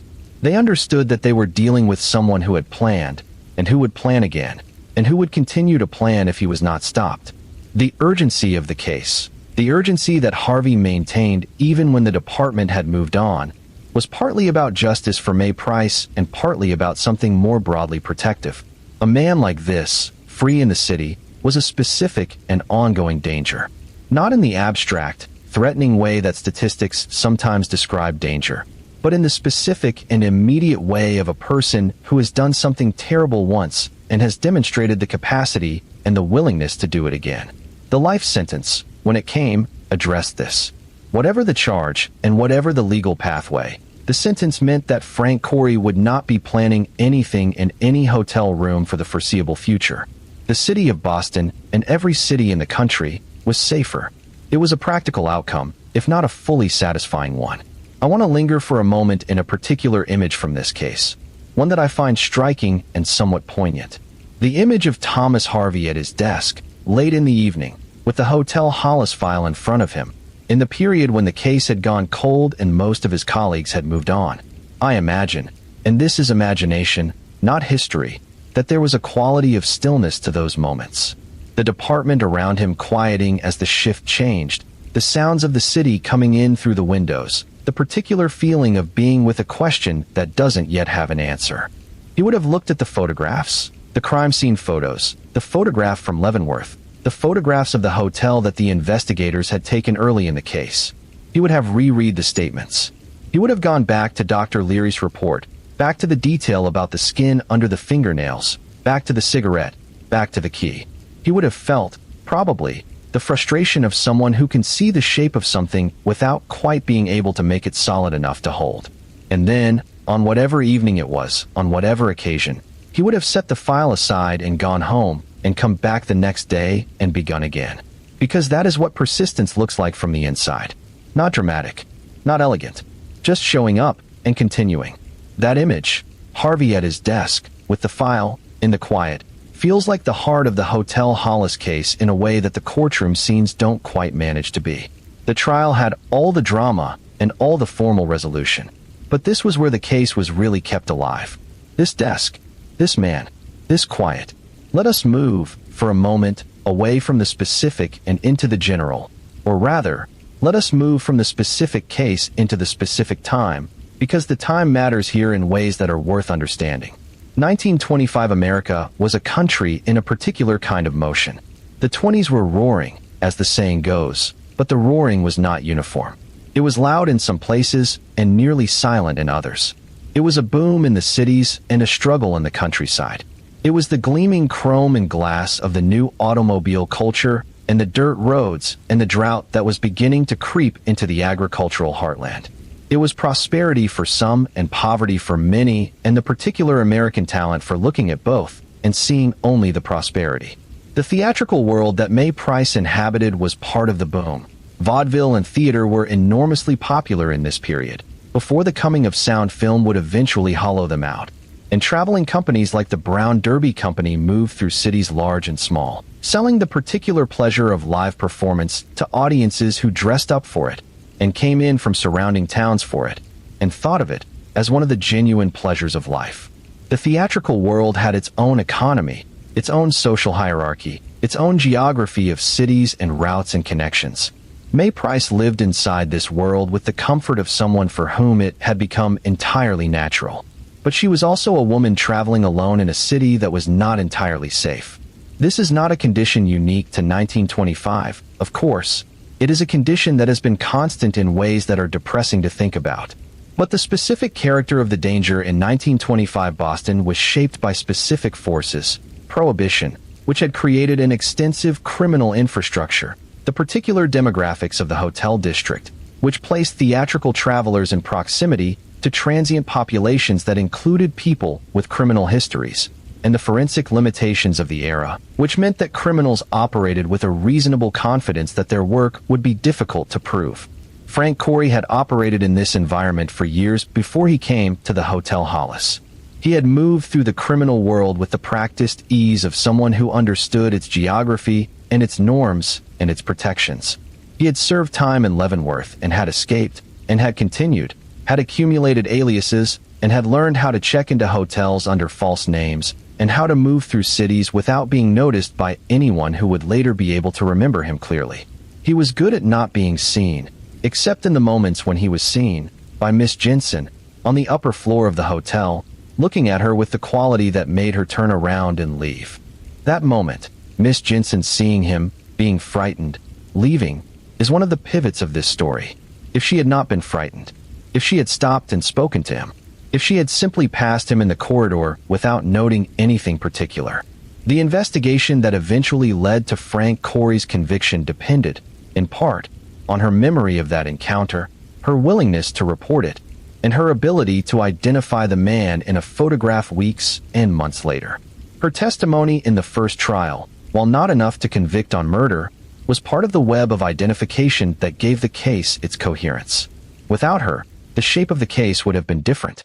This is another quiet theme of this story, the importance of the people who remember. Miss Jensen remembered. The hotel clerk remembered.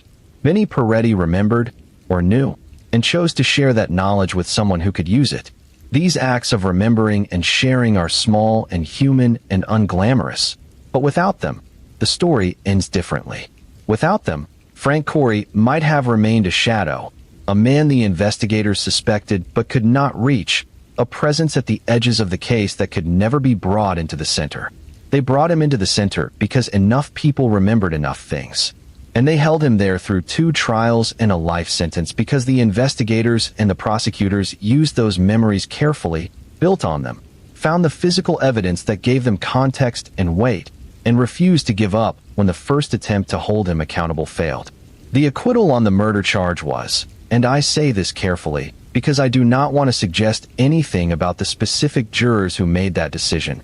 People who had their reasons and their standards, and who were operating within a system designed to make conviction difficult. The acquittal was a blow. But it was also, in a strange way, an invitation. An invitation to think differently about what evidence existed and what charges it might support, and what could be built on a different framework. The prosecutors took that invitation seriously. The secret indictment for robbery was the result of that seriousness. It required a willingness to go back to the beginning, to re-examine what was known, to identify what new evidence had come to light, to think about the legal structure of a second case in a way that honored both the constitutional protection against double jeopardy and the practical need to hold a guilty man accountable for something. It was careful work. It was creative work in the best sense. Creative not as artistic expression, but as problem solving, as finding a path through a system that had placed an obstacle in the most direct way. And the path they found worked. It worked legally. The appeal on double jeopardy grounds failed. It worked evidentially. The new material about the Hanover Street room and the raincoat and the Boston Tavern Register added substance to what had already been established. And it worked in terms of outcome. Frank Corey was convicted and sentenced to life imprisonment. This is the resolution the law offered. It is imperfect, as I have said. It is the right result achieved by a sideways method for a crime that was more serious than the charge acknowledged. But let me make an argument for it, gently, without claiming more than the facts warrant. A life sentence is a life sentence. Whether it is imposed for murder or for robbery, the person serving it does not get to walk out of prison. Frank Corey, convicted of robbery, sentenced to life, spent the rest of his life in custody. The crime he committed, the murder of Mae Price in room 406 of the Hotel Hollis, was never forgotten by the people who knew it. It was not resolved, in the formal sense, by the verdict on the robbery charge. The verdict did not say guilty of murder. It said guilty of robbery, and everyone in that courtroom understood what it meant. There is a concept in law of pleasing the spirit of justice even when the letter of justice requires a detour. The Hotel Hollis case is a good example of this. The spirit of justice demanded that Frank Corey spend the rest of his life in prison for what he did to Mae Price. The letter of justice, after the acquittal on the murder charge, required a different path to that outcome. The prosecutors found that path. Harvey supported them. The judge imposed the appropriate sentence. And the outcome, life imprisonment, matched the spirit, even if the path to it was unconventional. Is that enough? I put the question to you not because I have an answer, but because it is worth asking. When the system produces the right result through an imperfect mechanism, is that the same as justice? When the technical charge is lesser than the crime, but the sentence is no lesser, has justice been done in any meaningful sense? These are questions that philosophers and lawyers have argued about for centuries, and the Hotel Hollis case provides a real and specific example of the argument that is more useful than any hypothetical. My answer, for what it is worth, is that justice is not a single thing. It is a collection of things: the punishment of the guilty, the vindication of the victim, the protection of the public, the maintenance of the principles of law. In the case of Frank Corey and May Price, some of those things happened and some of them didn't, and the ones that happened were enough to constitute something that deserves to be called justice, even if it is imperfect justice, even if it arrived through an unconventional door. May Price was not forgotten. Her killer was not free. He was not in a position to hurt anyone else. And the people who worked to achieve these outcomes, Harvey, the prosecutors, the witnesses who testified, the judge who sentenced, all of them brought their best efforts to a situation that was genuinely difficult, and they produced a result that was genuinely meaningful. That is something.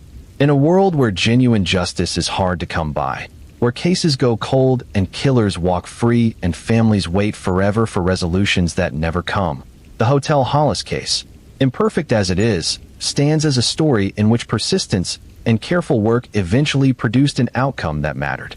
A guilty man went to prison. A woman who was called mother by people who loved her was remembered and her story told. The record was made, and the record endured. Let that be enough for now. Let that be the thing you carry with you as your eyes grow heavy and the sounds of the night settle around you. Something happened in Boston 100 years ago, and it mattered, and it was not forgotten. That is not the whole of the story, but it is the most important part. I want to tell you now about the world of vaudeville and theatrical travel in the 1920s, not as a digression from the story, but as an essential part of its texture. Because May Price's life, before the night of February 9th, 1925, was a life of movement and connection and the particular intimacy that forms between people who share the unusual experience of being part of a traveling company. Vaudeville was at its peak in this period. The circuit system, the Orpheum Circuit, the Keith Albee Circuit, and others, moved performers and companies through cities all across the country with the organizational efficiency of a very complex machine. Theaters in every city of reasonable size booked performers on rotating schedules, and the performers traveled between them on trains, carrying their trunks and their costumes and their habits and their superstitions and the small portable comforts that help human beings feel at home in unfamiliar places. It was a life that required a particular kind of temperament, adaptable, resilient, social, able to form deep connections quickly and then leave them when the schedule demanded. May Price had that temperament in abundance. She had been doing this work long enough that the rhythms of it were her rhythms. The loading and unloading, the hotels and the trains, the theaters in city after city with their particular smells and their particular backstage configurations and their particular lighting. She knew which theaters had good green rooms and which made you share a dressing room the size of a closet with 6 other people. She knew which hotels served a decent breakfast and which charged too much for not enough.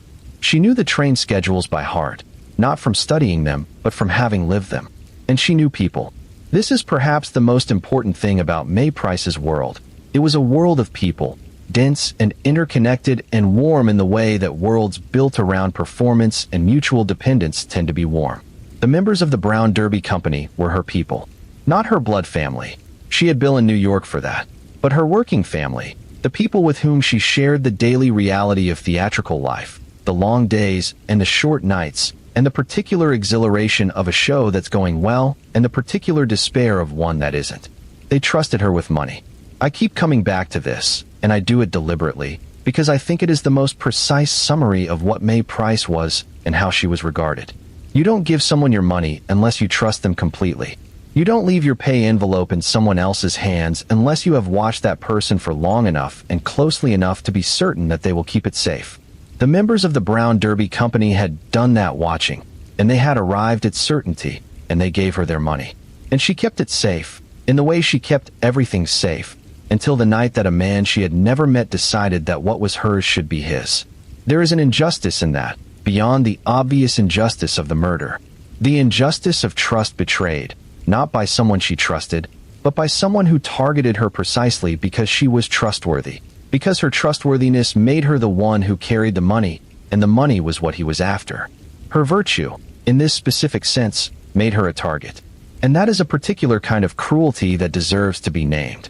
In the days after the murder, the Brown Derby Company did something that speaks to who they were as a community. They did not simply leave Boston.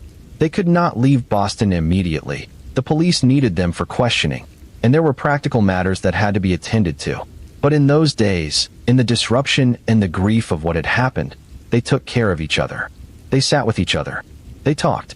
They remembered May Price together. In the way that people who are far from home and in the middle of something terrible have always found ways to process the unprocessable through the simple human act of being together and speaking and listening. The investigators who spoke to them in the days after the murder noted the cohesion of the group, the way they supported each other, the genuine grief that was visible and consistent across all the interviews. This was not the performance of grief, not the theatrical version, which would have been available to these performers if they had chosen it, but the real thing, unmanaged and uncontrolled, the particular rawness of people who have lost someone that mattered.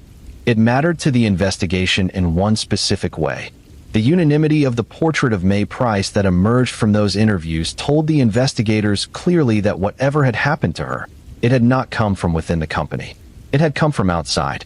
The motive was not personal grievance or professional jealousy or any of the internal dynamics that sometimes generate tragedy in close-knit communities. The motive was, almost certainly, the money, and the money pointed outward, towards someone who had knowledge of it and had come to the hotel specifically to take it. This is what focused the investigation on the Hotel Hollis itself, on who had been in the building, on who had access to the floors, on who might have been watching the company during their Boston engagement. And that focus eventually led to the desk clerk's recollection of Frank Muliono, and to the connection between Muliono and Frank Corey, and to the photograph from Leavenworth. It all connected. It connected slowly and imperfectly, and with many wrong turns and dead ends along the way, but it connected. And at the center of the connection was May Price herself, her routines, her responsibilities, her trustworthiness, the particular shape of her life that had made her, in the tragic mathematics of this crime, a target. Let me take you now to a quieter place within this story. Let me take you to the question of what the investigators did not find, because the absences are as telling as the presences in a case like this. They did not find the money. The $200, or approximately that amount, that May Price was carrying was never recovered. In the trial, the big roll of bills found in Frank Corey's possession at the time of his arrest was noted, but it could not be definitively identified as May Price's money. Money is not individuated the way physical objects are. Bills do not carry serial numbers that were recorded at the time of distribution in a 1920s traveling theatrical company. The money was gone, and it stayed gone, and its specific fate, spent, hidden, distributed, was never established. They did not find the key from room 606. This key, which had been taken from the birthday party, was never recovered. Whether it was discarded by the killer after use, whether it was lost, whether it remained somewhere in the physical world, in a drain or a trash receptacle or the bottom of a pocket in a coat that was later thrown away, is unknown. Its absence is significant because it means that the mechanism by which the killer may have moved through the hotel cannot be definitively established. The theory holds, but the physical evidence for that specific element of the theory is absent. They did not find any witness to the moment of the crime itself. No one saw anything. No one heard anything. The walls of the Hotel Hollis maintained their silence throughout the night of February 9th, and no guest or staff member could say with any clarity what had happened on the fourth floor between the hours of midnight and dawn.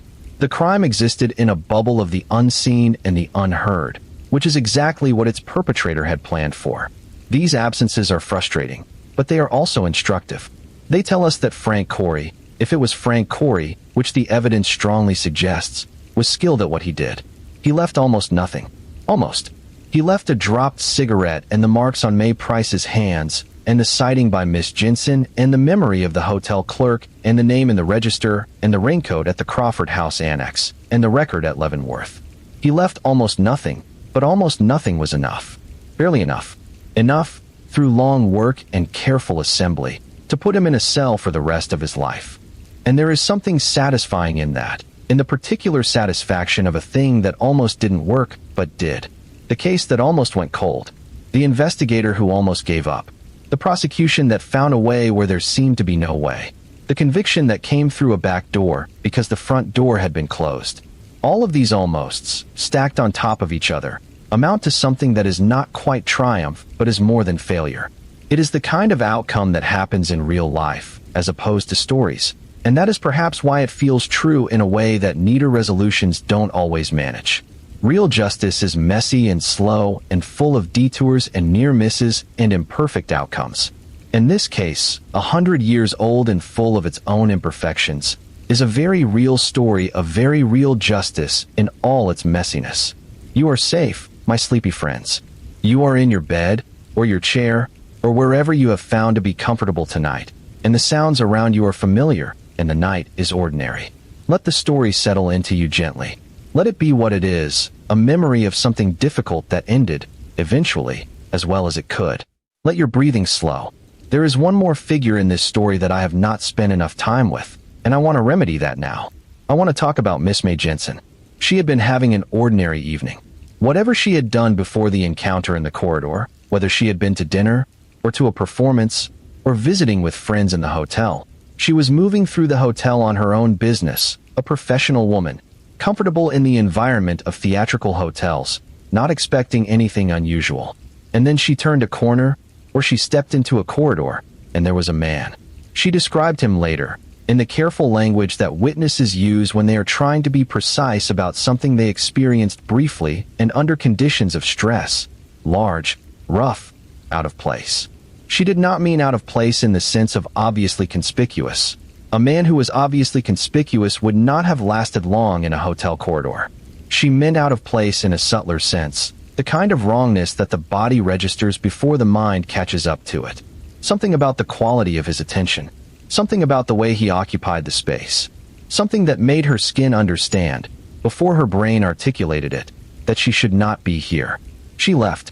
She backed away and turned and left, and she felt, as people often do in these moments, a mixture of relief and foolishness.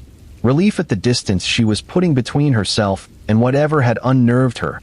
Foolishness at the reaction itself, at the feeling that she might be overreacting to the presence of a perfectly ordinary man in a perfectly ordinary corridor. And then the next morning arrived, and the news arrived with it, and she understood that she had not been overreacting at all. Miss Jensen came forward with her account of the corridor encounter because she understood immediately that it was relevant. She was a professional woman with good judgment and a clear memory, and she understood what she had seen in a new light when the context changed around it.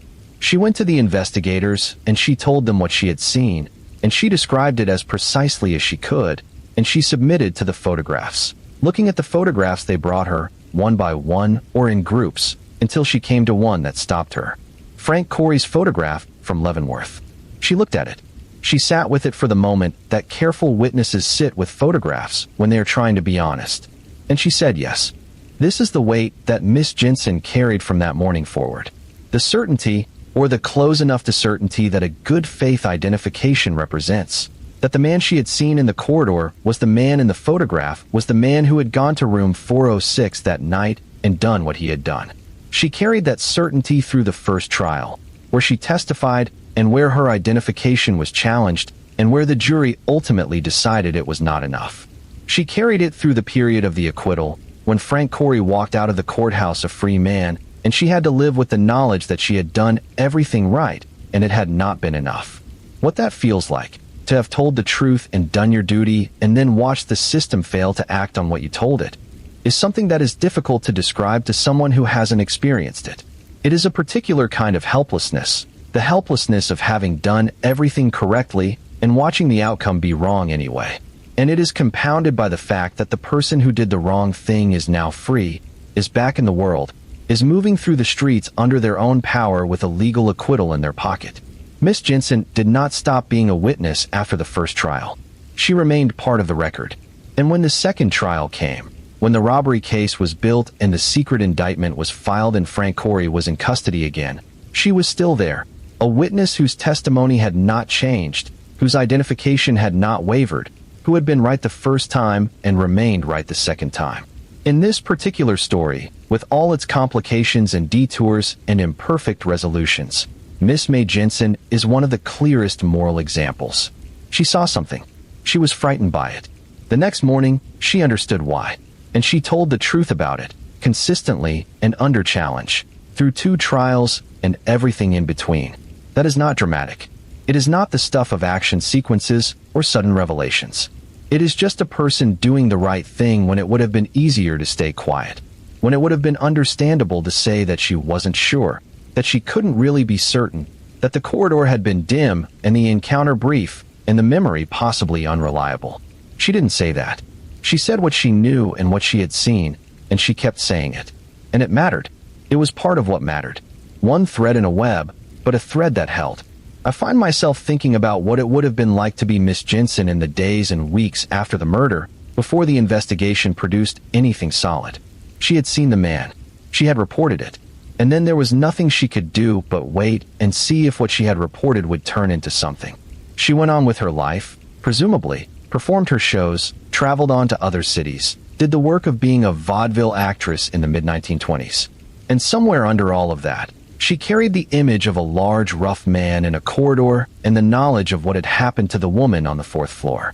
She was not alone in carrying this, of course. All the members of the Brown Derby Company carried it. The hotel staff carried it. Thomas Harvey carried it, in the specific way of an investigator whose case has gone cold. The city of Boston carried it, in the vague collective way that cities carry their unsolved crimes, present but not quite visible, part of the background rather than the foreground. When the case eventually broke, when Frank Corey was arrested and charged and tried, there must have been something like relief in all of those people. The relief of a name. The relief of a face attached to the shadow that had been moving through the background of the story for so long. Even the relief of an acquittal, in a strange way, because an acquittal means that the name was named and the face was shown and the system had engaged with the question, even if its answer was unsatisfying. The mystery, while not resolved, had been narrowed. There was now a specific person who was the center of the remaining questions, rather than a faceless unknown.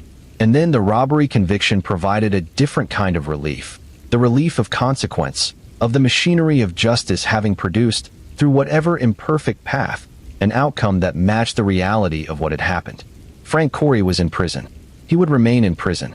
And the people who had been carrying the story, Miss Jensen, the hotel staff, the members of the company, Thomas Harvey, could set down, if not the weight of the loss, at least the weight of the unresolved. It had resolved.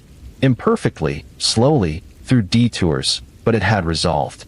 The night of February 9th, 1925, had finally come to something that could be called an ending.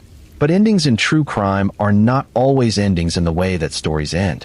The official record closes and the sentence is pronounced, and the courtroom empties and the journalists write their final pieces, and the case moves from active to archived.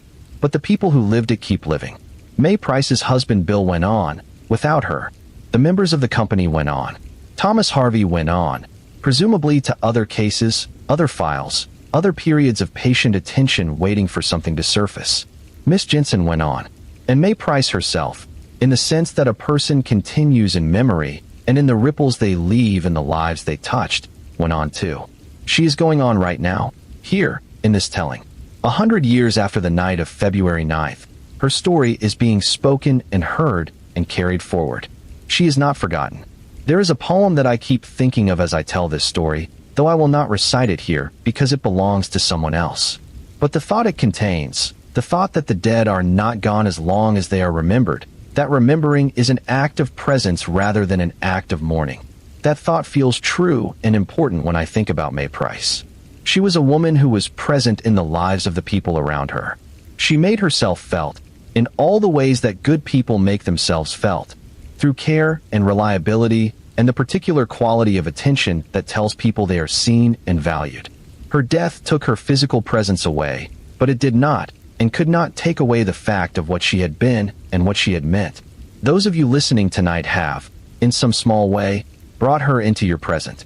And that matters. It always matters. Let me take you now through the city of Boston on a day that has nothing to do with the Hotel Hollis case. A day I am inventing to give you a sense of what the world looked like when all of this was happening. Let me take you through it slowly, the way you might walk through it if you had somehow been transported back and given an ordinary Tuesday in February of 1925. The cold is the first thing. Boston in February is determinately cold, in the way of a city that has been doing winter for 3 centuries and has no particular plans to apologize for it. The harbor brings cold off the Atlantic, and the river brings cold off the bay, and the streets funnel it between the buildings in ways that make you lean into your coat, and tighten your scarf without quite deciding to do so. The breath of the people on the street comes out in small clouds that dissolve almost immediately in the air. The city smells of coal smoke and horse and the sharp green smell of winter. And underneath those things, in the particular neighborhoods near the theater district, you can sometimes catch a note of food from a kitchen somewhere. The particular warmth of a restaurant doing its breakfast service, the bread and the coffee, and the barely detectable sweetness of something being fried. These smells are the smells of human life continuing, insisting on continuing, in the cold and the darkness of February. The streets near the Hotel Hollis would have been busy in the way that theater district streets are busy, not the constant commercial bustle of a market district, but the particular rhythm of a neighborhood organized around evening activity. In the mornings and the early afternoons, it was relatively quiet. Theater people kept late hours and late mornings, and the streets reflected this. But as the afternoon moved toward evening, things picked up. The theaters opened their doors for the evening performances, and the crowds came in from the streetcars and on foot and in the occasional automobile, dressed in their going-out clothes. The women in their mid-20s length skirts and their hats, the men in their suits, all of them moving with the purposeful pleasure of people who are going somewhere they want to go. Mae Price would have known this rhythm well. She would have been part of it, moving through the backstage world while the audience moved through the front-of-house world, preparing and maintaining and fixing and organizing while the performers prepared and performed. Her view of the theater was different from the audience's view, more practical, less glamorous, but in its own way more intimate. She saw the seams of the thing. She saw it from the inside, where all the work happened. On the morning of February 10th, the day after her death, all of this continued. The street in front of the Hotel Hollis was ordinary.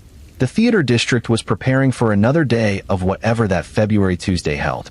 People walked past the hotel without knowing what had happened inside it. The city went on, as cities always do, in the wake of the private tragedies that happen within them. Inside the hotel, of course, things were not ordinary. The police presence, the interviews, the processing of the crime scene, all of this made the hotel a different kind of place for the duration of the immediate investigation.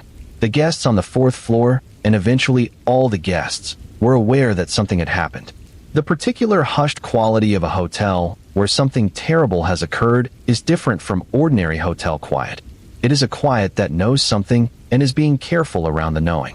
The staff of the Hotel Hollis handled this with the professionalism that hotel staff are trained to and expected to maintain in all circumstances, which is to say they were helpful and cooperative and deeply shaken. They answered questions. They provided records. They thought carefully about who they had seen and when and what those people had looked like and what had seemed ordinary and what had not. And slowly, through that cooperative effort, the picture of the hotel in the days leading up to and on the night of February 9th began to emerge. The picture that emerged was not comforting.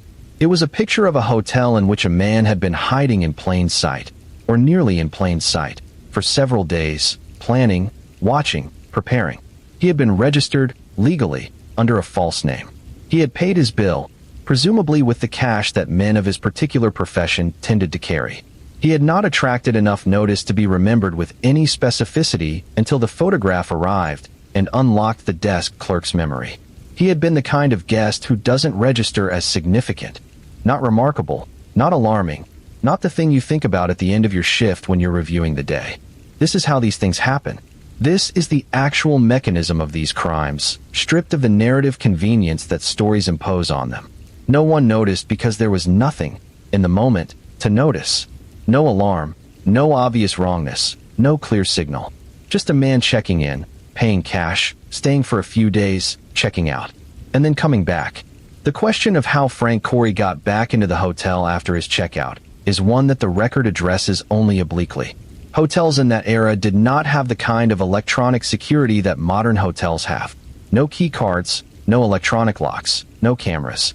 Access was managed through human attention, which is to say, through the attentiveness of staff who noticed who came in and who went out, and whether they were guests or not. A man who had been a guest of the hotel, and who knew the layout and the patterns of the staff, and who carried himself with the easy confidence of someone who belonged where he was could, in theory, have returned to the building without registering as an unauthorized presence. This is easier to do in a busy hotel than in a quiet one. It is easier in the evening than in the middle of the afternoon. It is easier when the staff's attention is divided among multiple guests and multiple tasks than when things are slow. February 9th was a Tuesday evening. There had been a birthday party on the 6th floor. The hotel was at its normal level of activity for a weeknight. Not packed, but not empty. Staff were managing their normal duties. And at some point in the early evening, it appears that someone who should not have been in the building was in the building, moving through it with sufficient confidence and sufficient familiarity to go unnoticed. This is the moment that the key from room 606 becomes most significant. If you have a key in your hand, you belong somewhere. If you have a key in your hand and you move with the manner of someone who has a right to be where they are, you are invisible. And a man who had spent days in that building, learning it, understanding how it worked, knowing which corridors led where and which staircases were less traveled, would have been able to move through it even without a key. The key was insurance. The confidence was the actual mechanism. By the time the birthday party was winding down on the 6th floor, the hotel had begun to settle into its evening quiet. The theater-going crowd had gone to the theaters. The guests who were staying in had retired to their rooms. The corridors were empty and the elevators were slow, and the night staff were moving through their routines with the unhurried efficiency of people who have done these things many hundreds of times. Somewhere in that settling, in that quiet, room 406 received its uninvited occupant. The door was opened by some means, a key, a technical knowledge of the lock, a door that had not quite latched properly, some combination of access and opportunity that the record does not specify precisely. And someone went in. And someone made themselves invisible in the most literal sense available. They got under the bed and they waited. The how of this is almost secondary, in the end, to the why of it. We understand the what mostly. We understand the who, with the confidence that a jury ultimately endorsed. The why, in the sense of what drove this particular man to do this particular thing to this particular woman, is the question that the official record does not fully answer. The money was the proximate cause. But why this hotel? Why this woman? Why this degree of violence? Those questions drift into the unanswerable. And I leave them there, floating in the dark between what we know and what we can only wonder, because that is where they live, and because trying to force an answer onto them would be dishonest. Some things in real stories remain unknown. Some corners of real cases remain unlit. And in the Hotel Hollis mystery, the darkest corner, the mind and the motivations of the man who hid under the bed and waited, is one of those corners that history cannot fully illuminate. What we can know is May Price, and we know her well enough to understand what was lost. The morning after a verdict is a particular kind of morning. Whether the verdict has been good or bad, whether it has brought relief or devastation, the morning after is a morning in which the world goes on exactly as it did before, indifferent to whatever the previous day decided. The birds are outside. The coffee still needs to be made. The light comes in through whatever windows are available and falls on whatever surfaces it falls on, and the day begins. For Thomas Harvey, the morning after the not guilty verdict in the murder trial of Frank Corey was presumably a very hard morning. Not the hardest of his life. He had probably had harder mornings, because a man does not reach the rank of sergeant in a city police department without encountering a variety of hard mornings. But hard in a specific way. The kind of hard that is made harder by the certainty that you are right and the outcome is wrong, by the particular helplessness of having done everything correctly and watched it not be enough. He got up, presumably. He made his coffee, or had it made, or went somewhere where coffee was available and drank it standing up in the distracted way of a person who is thinking about something else. He went to the station. He sat at his desk, and the file was there. The file was always there, in the version of this story that I find most true to the character of the man as the record reveals him. He did not put the file away. He did not send it to archives, or close the case, or accept that it was finished. He looked at it the morning after the acquittal, and he thought about it. And somewhere in that thinking, in the particular quality of attention that Harvey brought to things that mattered, something began to form. A robbery charge. There had been a robbery. The money was gone. The money was part of the crime. And the crime had multiple dimensions that the first trial had addressed as a single unit. What if they were addressed separately? What if the robbery was the charge, built on its own evidence, without the burden of proving murder? This is, I believe, roughly how the thinking went. The detail I cannot provide is the specific conversation in which Harvey raised this with the district attorney's office, or who first articulated the possibility, or exactly what sequence of discussions led to the decision to pursue a second charge. These conversations happened in offices and over telephones and in the margins of other meetings, in the ordinary, unremarkable way that the most important decisions sometimes happen. They were not recorded in the way that courtroom proceedings are recorded. They exist only in their outcomes. The outcome was the second trial. And the second trial was, for Harvey, something like vindication.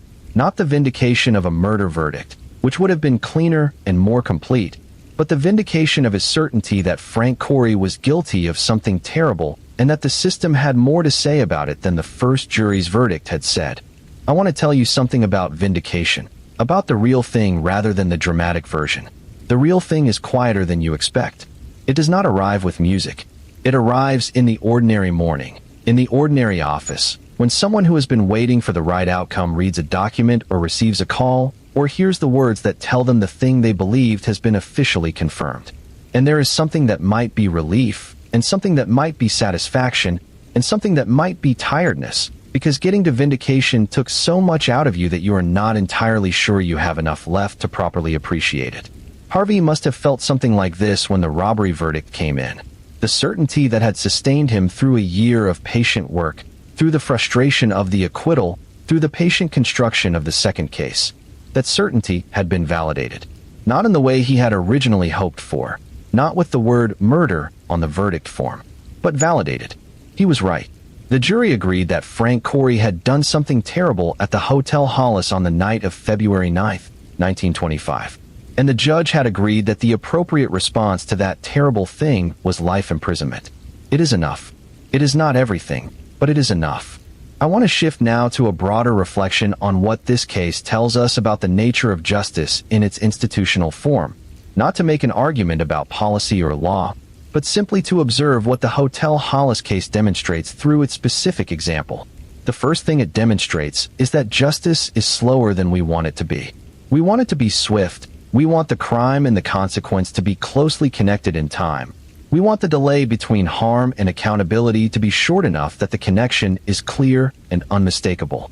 In reality, justice in complex cases often takes the time it takes, which is longer than anyone involved finds comfortable. The Hotel Hollis case took well over a year from the murder to the final conviction, with a failed trial in the middle and a period of active cold caseness before the crucial break. That is slow. It requires patience from the investigators, from the witnesses, from the families of victims, from the community watching. The second thing it demonstrates is that justice is more fragile than we want it to be. The acquittal on the murder charge was a fragile moment. A moment in which the whole edifice of Harvey's work and the prosecution's case and the testimony of Miss Jensen and the identification of the hotel clerk could have simply collapsed and remained collapsed, with no further recourse. Legally, it could have ended there. Frank Corey could have walked out of that courthouse and never been brought back. The fact that he wasn't, that Harvey and the prosecutors found another angle and built another case, is not the result of any built-in resilience of the system. It is the result of specific people refusing to accept a specific outcome as final when their conscience told them it wasn't right. The third thing it demonstrates is that justice sometimes arrives through unexpected channels. The robbery conviction is, in its legal structure, genuinely separate from the murder acquittal. It is a real and legitimate charge arising from real and legitimately different evidence. But everyone who followed the case understood that the robbery conviction was also, in effect, a reckoning for the murder. The legal channels through which that reckoning arrived were unexpected. No one at the beginning of this case would have predicted that the resolution would take this form. But unexpected channels sometimes lead to right outcomes, and this is one of those times. And the fourth thing, and perhaps the most important thing, that this case demonstrates is that justice sometimes depends on a single person deciding not to stop.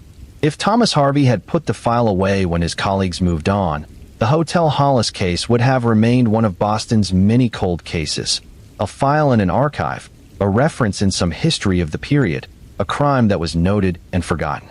Instead, it is a case that was ultimately, slowly, imperfectly, through a back door, resolved.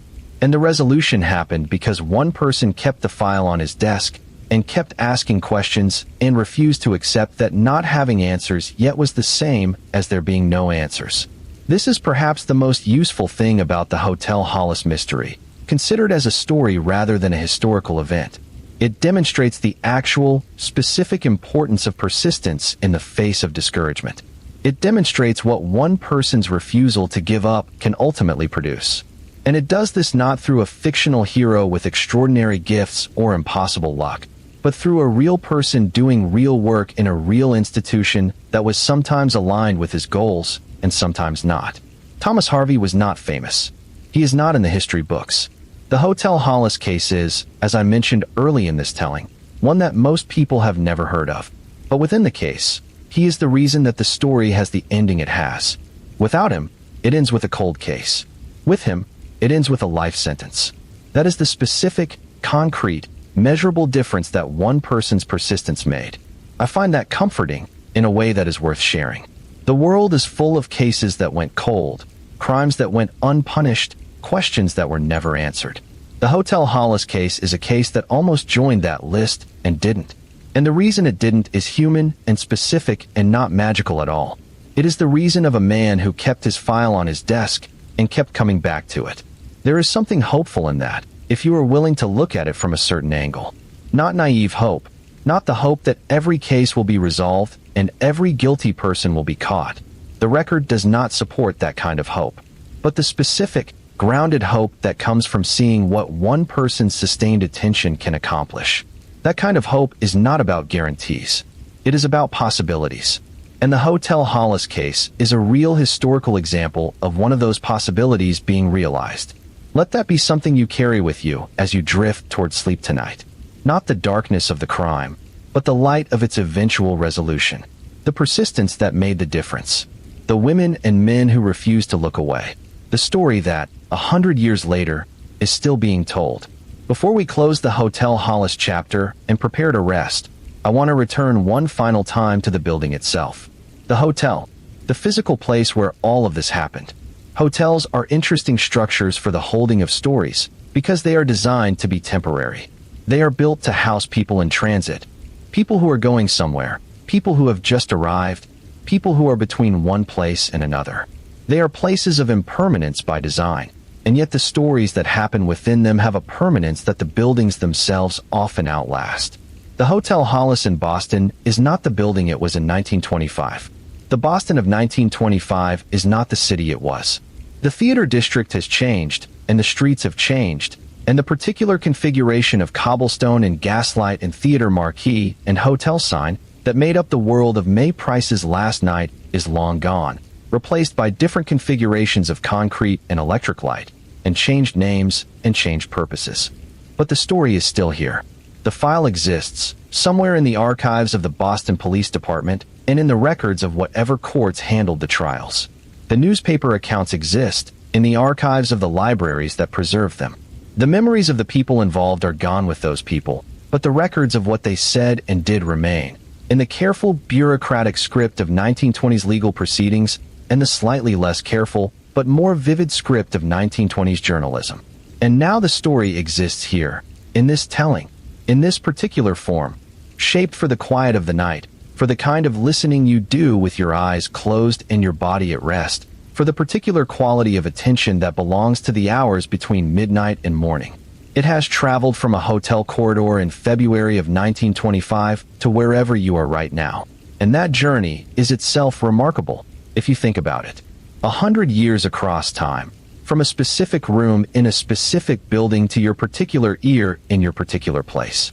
Stories travel. They travel through time and through memory and through the various forms they take. The courtroom record, the newspaper article, the history book, the podcast, the video, this telling tonight.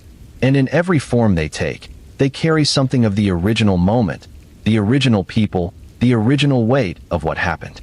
Something is always lost in translation. There is no way to fully convey the specific quality of the night of February 9th, 1925. No way to make you feel the specific cold of that Boston winter or the specific quality of silence in that hotel corridor. But something is always preserved too. The facts, the names, the sequence of events, the questions that were asked and the answers that were given, and the questions that remained unanswered. May Price, William Price, Thomas Harvey, Miss May Jensen, Frank Corey, Dr. Timothy Leary, Judge Lowry. These names are preserved. The people behind them are not gone in the full sense, because they are still here in the record, still capable of being known, still capable of affecting whoever encounters their story. May Price is still capable of being grieved 100 years after her death. Harvey is still capable of being admired. Miss Jensen is still capable of being seen as the thing she was, a witness who told the truth and kept telling it. This is what I believe about stories like this one, told in the way I try to tell them. They are not primarily about the crime, though the crime is their occasion. They are about the people. The crime is the terrible event that reveals who people are, who they were when they were alive, who they became in response to what happened, what qualities they showed in the aftermath. May Price showed courage, fighting back. Harvey showed persistence. Miss Jensen showed integrity. The Brown Derby Company showed love. Bill Price showed grief that was real and recognized. All of these qualities, courage, persistence, integrity, love, grief, are human universals. They are not particular to 1925 or to Boston or to the theatrical world or to any of the specific circumstances of this case. They are available in any time and any place and to any person who encounters circumstances that call for them. And in telling the story of the people who showed these qualities in this specific case, I am in a small way pointing to those qualities themselves and saying, these matter.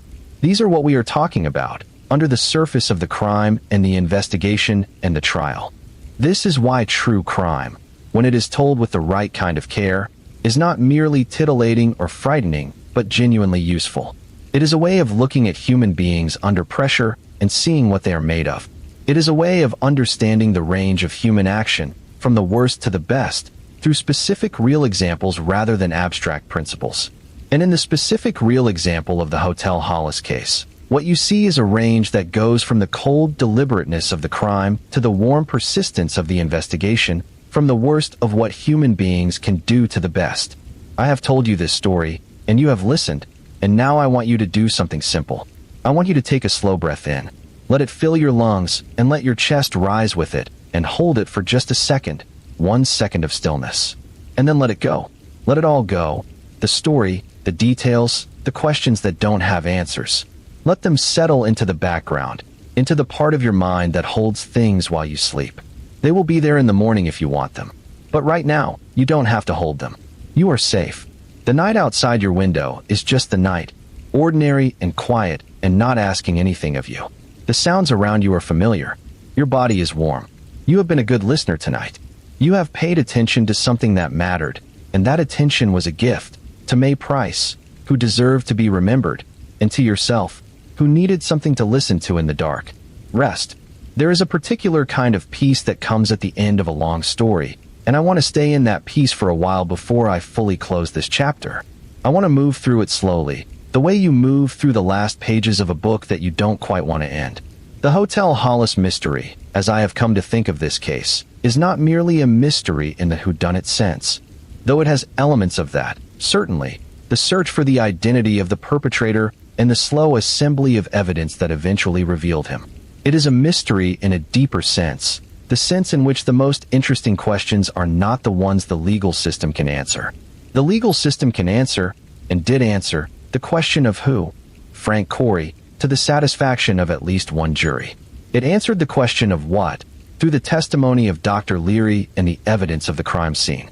It addressed the question of how, through the under-the-bed theory and the key from room 606 and the knowledge of the building that a brief stay as a registered guest would have provided. But the legal system cannot fully answer the question of why. Not why in the specific psychological sense. What drove this man? What was the combination of need and opportunism and violent tendency that produced this outcome? And not why in the broader philosophical sense, which is the sense in which the most unanswerable whys always live. Why was May Price, who had given so much to the people around her, who had been trusted and loved and called by a name that expressed that love, why was she the one in room 406 that night? Why was the money she was carrying the thing that made her a target? Why did Harvey keep going when the case had gone cold and the reasonable expectation was that it would stay cold? Why did Miss Jensen remember clearly enough to make an identification that held up through 2 trials? Why did the second case succeed where the first had failed? Some of these whys have partial answers. Harvey kept going because that was who he was. Miss Jensen remembered because she was the kind of observer who remembers. The second case succeeded because the prosecutors built it more carefully and found better structured evidence. But all of these partial answers have their own whys underneath them, and those whys have whys, and at some point you arrive at the bedrock of human reality, which is that things happen because people are who they are and do what they do, and understanding the specific what of any event is as much as we can generally hope for. I find this, in a strange way, comforting. Not because uncertainty is comfortable. It isn't, exactly, but because it means that the story is real. Real stories don't have complete answers. Real people don't have simple motivations. Real events don't resolve into neat explanations. The Hotel Hollis case is real in exactly this way. It has its answers and its remaining questions, its resolved elements and its persistent mysteries, its official ending and its genuine irresolution. And in that combination of resolution and irresolution, it is a very good story. It is the kind of story that stays with you, that you carry out of the listening and back into your daily life, that surfaces occasionally as a thought or a memory or a question, that becomes part of the collection of real things you hold in your mind about what the world is like and what people are capable of. I want to leave you with the image I find most compelling from this entire case. It is not the crime scene, and it is not the courtroom, and it is not the dramatic moment of the arrest in Worcester. It is simpler than any of those things, and quieter, and more human. It is the image of May Price on a train. I am imagining her, which means this is not history, but reconstruction, the kind of reconstruction that honors what we know by trying to make it present. She is on a train heading somewhere, heading to Boston for the engagement, perhaps, or heading somewhere else on one of the hundreds of journeys her work required her to make. The train is moving through the winter landscape, the fields bare and the trees skeletal against a white sky, and May Price is in her seat with some practical task in front of her, mending something, reviewing a list, writing a letter. The train car smells of coal smoke and wool, and the particular cold fresh smell that comes in when someone opens a door between cars, and the rhythms of the track beneath her are so familiar by now that she doesn't consciously register them. She is thinking about the next stop, about what needs to be done when she gets there, what needs to be checked and prepared and organized. She is the wardrobe mistress, the keeper of things, the person whose attention to detail makes the whole enterprise possible. She is thinking about costumes and logistics and the practical matters that make up the fabric of her working life. And she is probably, somewhere under the practical thinking about Bill, about going home, about New York and the ordinary comforts of the life she has made there alongside her work. She is probably looking forward to it the way people look forward to ordinary things that they have learned to value. Not dramatically, not with the intensity of some great longing, but with the quiet, warm anticipation of someone who knows what home means and is glad of it. She is alive in that image. She is fully, specifically alive, a person with a history and a future and a present that is full of the small textures of her particular life. She is not yet the victim of a crime. She is not yet the center of a police investigation or a newspaper story or a trial. She is May Price, wardrobe mistress, wife, colleague, the woman they called mother, on a train going somewhere. That is who she was. And that is who she is, in the version of her that lives in this story. Not the victim, not the evidence, not the impetus for an investigation. Just a person, moving through the world, full of the ordinary specificity that makes any one human life irreplaceable and worth remembering. I hope you remember her. I hope that's the thing you carry out of tonight. Not the darkness of what happened, but the light of who she was. The reliable one. The trusted one. The one with the needle and thread and the measured tape and the coffee and the listening ear. The mother of the troop. Her story was not over when it seemed to end. It was extended by the people who refused to forget it. And tonight, it has been extended again, here, in this quiet dark, wherever you are listening from. That's something. That's really something. Let your breath slow. Let your muscles release, one by one, from your feet up through your legs, and your back, and your shoulders, and your face. Let the weight of the day, whatever it held, whatever it asked of you, let it settle into the surface beneath you, and let the surface hold it. You don't have to carry it tonight. The story is told. May Price has been remembered. The night is quiet. Rest now, my sleepy friends. You've done good work tonight by listening. And so we come to the final stretch of this long and careful journey. This 100-year-old story that has been moving through the dark toward you, reaching you here in this particular night of this particular year, finding you wherever you have settled to listen. Before I say goodnight, I want to pull together the threads of what this story has given us. Not to summarize it in the way of a school report, but to let it settle fully, the way the last light settles at the end of a long day. The Hotel Hollis mystery is, at its core, a story about what it means to hold on. Every person in this story who matters most. May Price, who held on to life with everything she had in her last moments.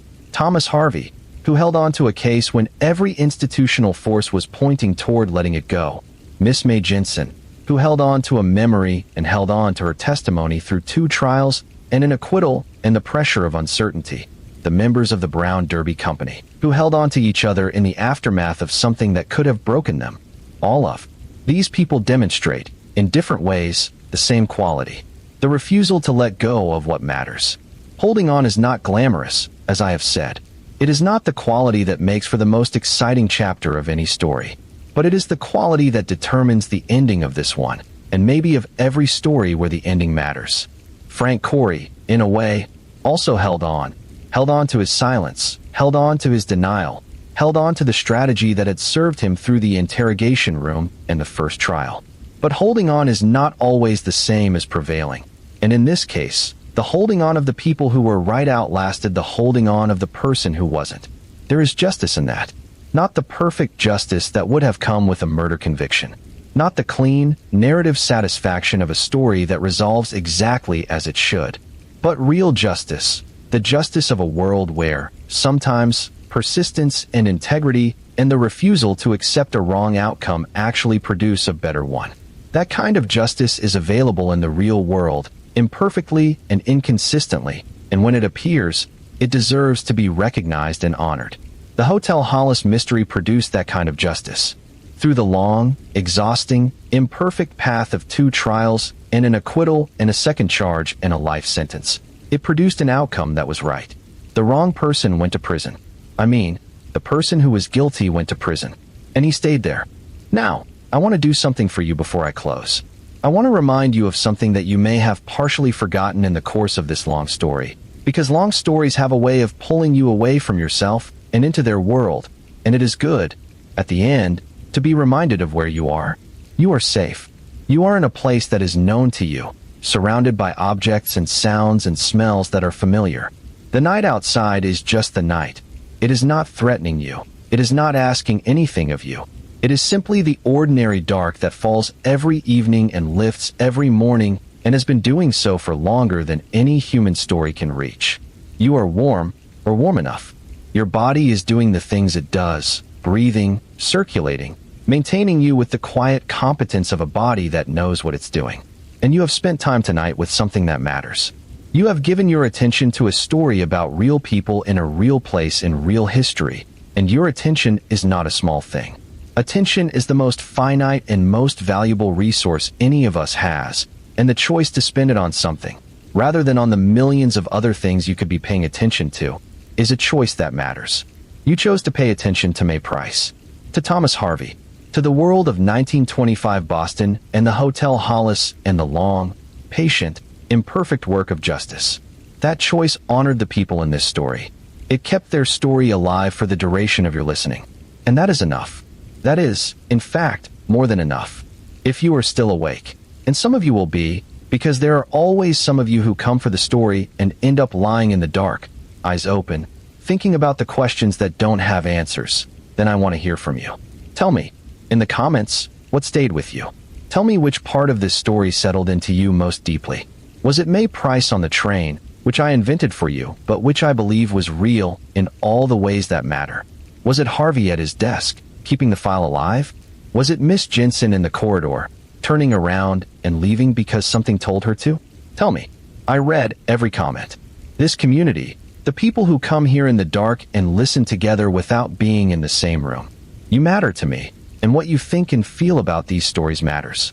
And if you have not yet subscribed, please do that now. Not because I need the number, but because subscribing means you will be here the next time. You will hear the next story. You will spend another quiet hour in the dark with something that matters, with a person who deserves to be remembered, with a mystery that refuses to fully resolve. These stories are waiting. They have been waiting for a very long time. They will keep waiting, patiently, as only old stories can. But I would like you to be there when they are told. Like the video, if this story gave you something. Not as a transaction, not as a payment for a service. As an acknowledgement, a quiet, one-button gesture that says, yes, this mattered. Yes, I was here. Yes, I listened.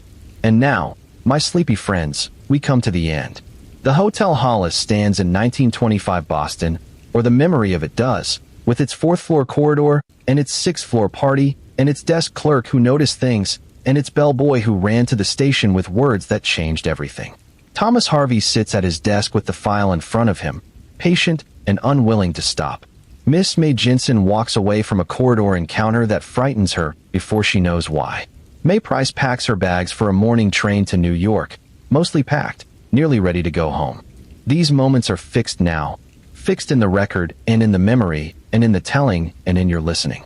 They cannot be changed. They happened, and they will always have happened, in the particular permanence that the past has. The morning of February 10th, 1925 is permanent. The bellboy's words are permanent. May Price's courage in fighting back is permanent. Harvey's persistence is permanent. The life sentence, when it came, is permanent. And now this story, told in this form, on this night, is permanent too. It happened here. You listened. That is real, and it is done, and it cannot be undone.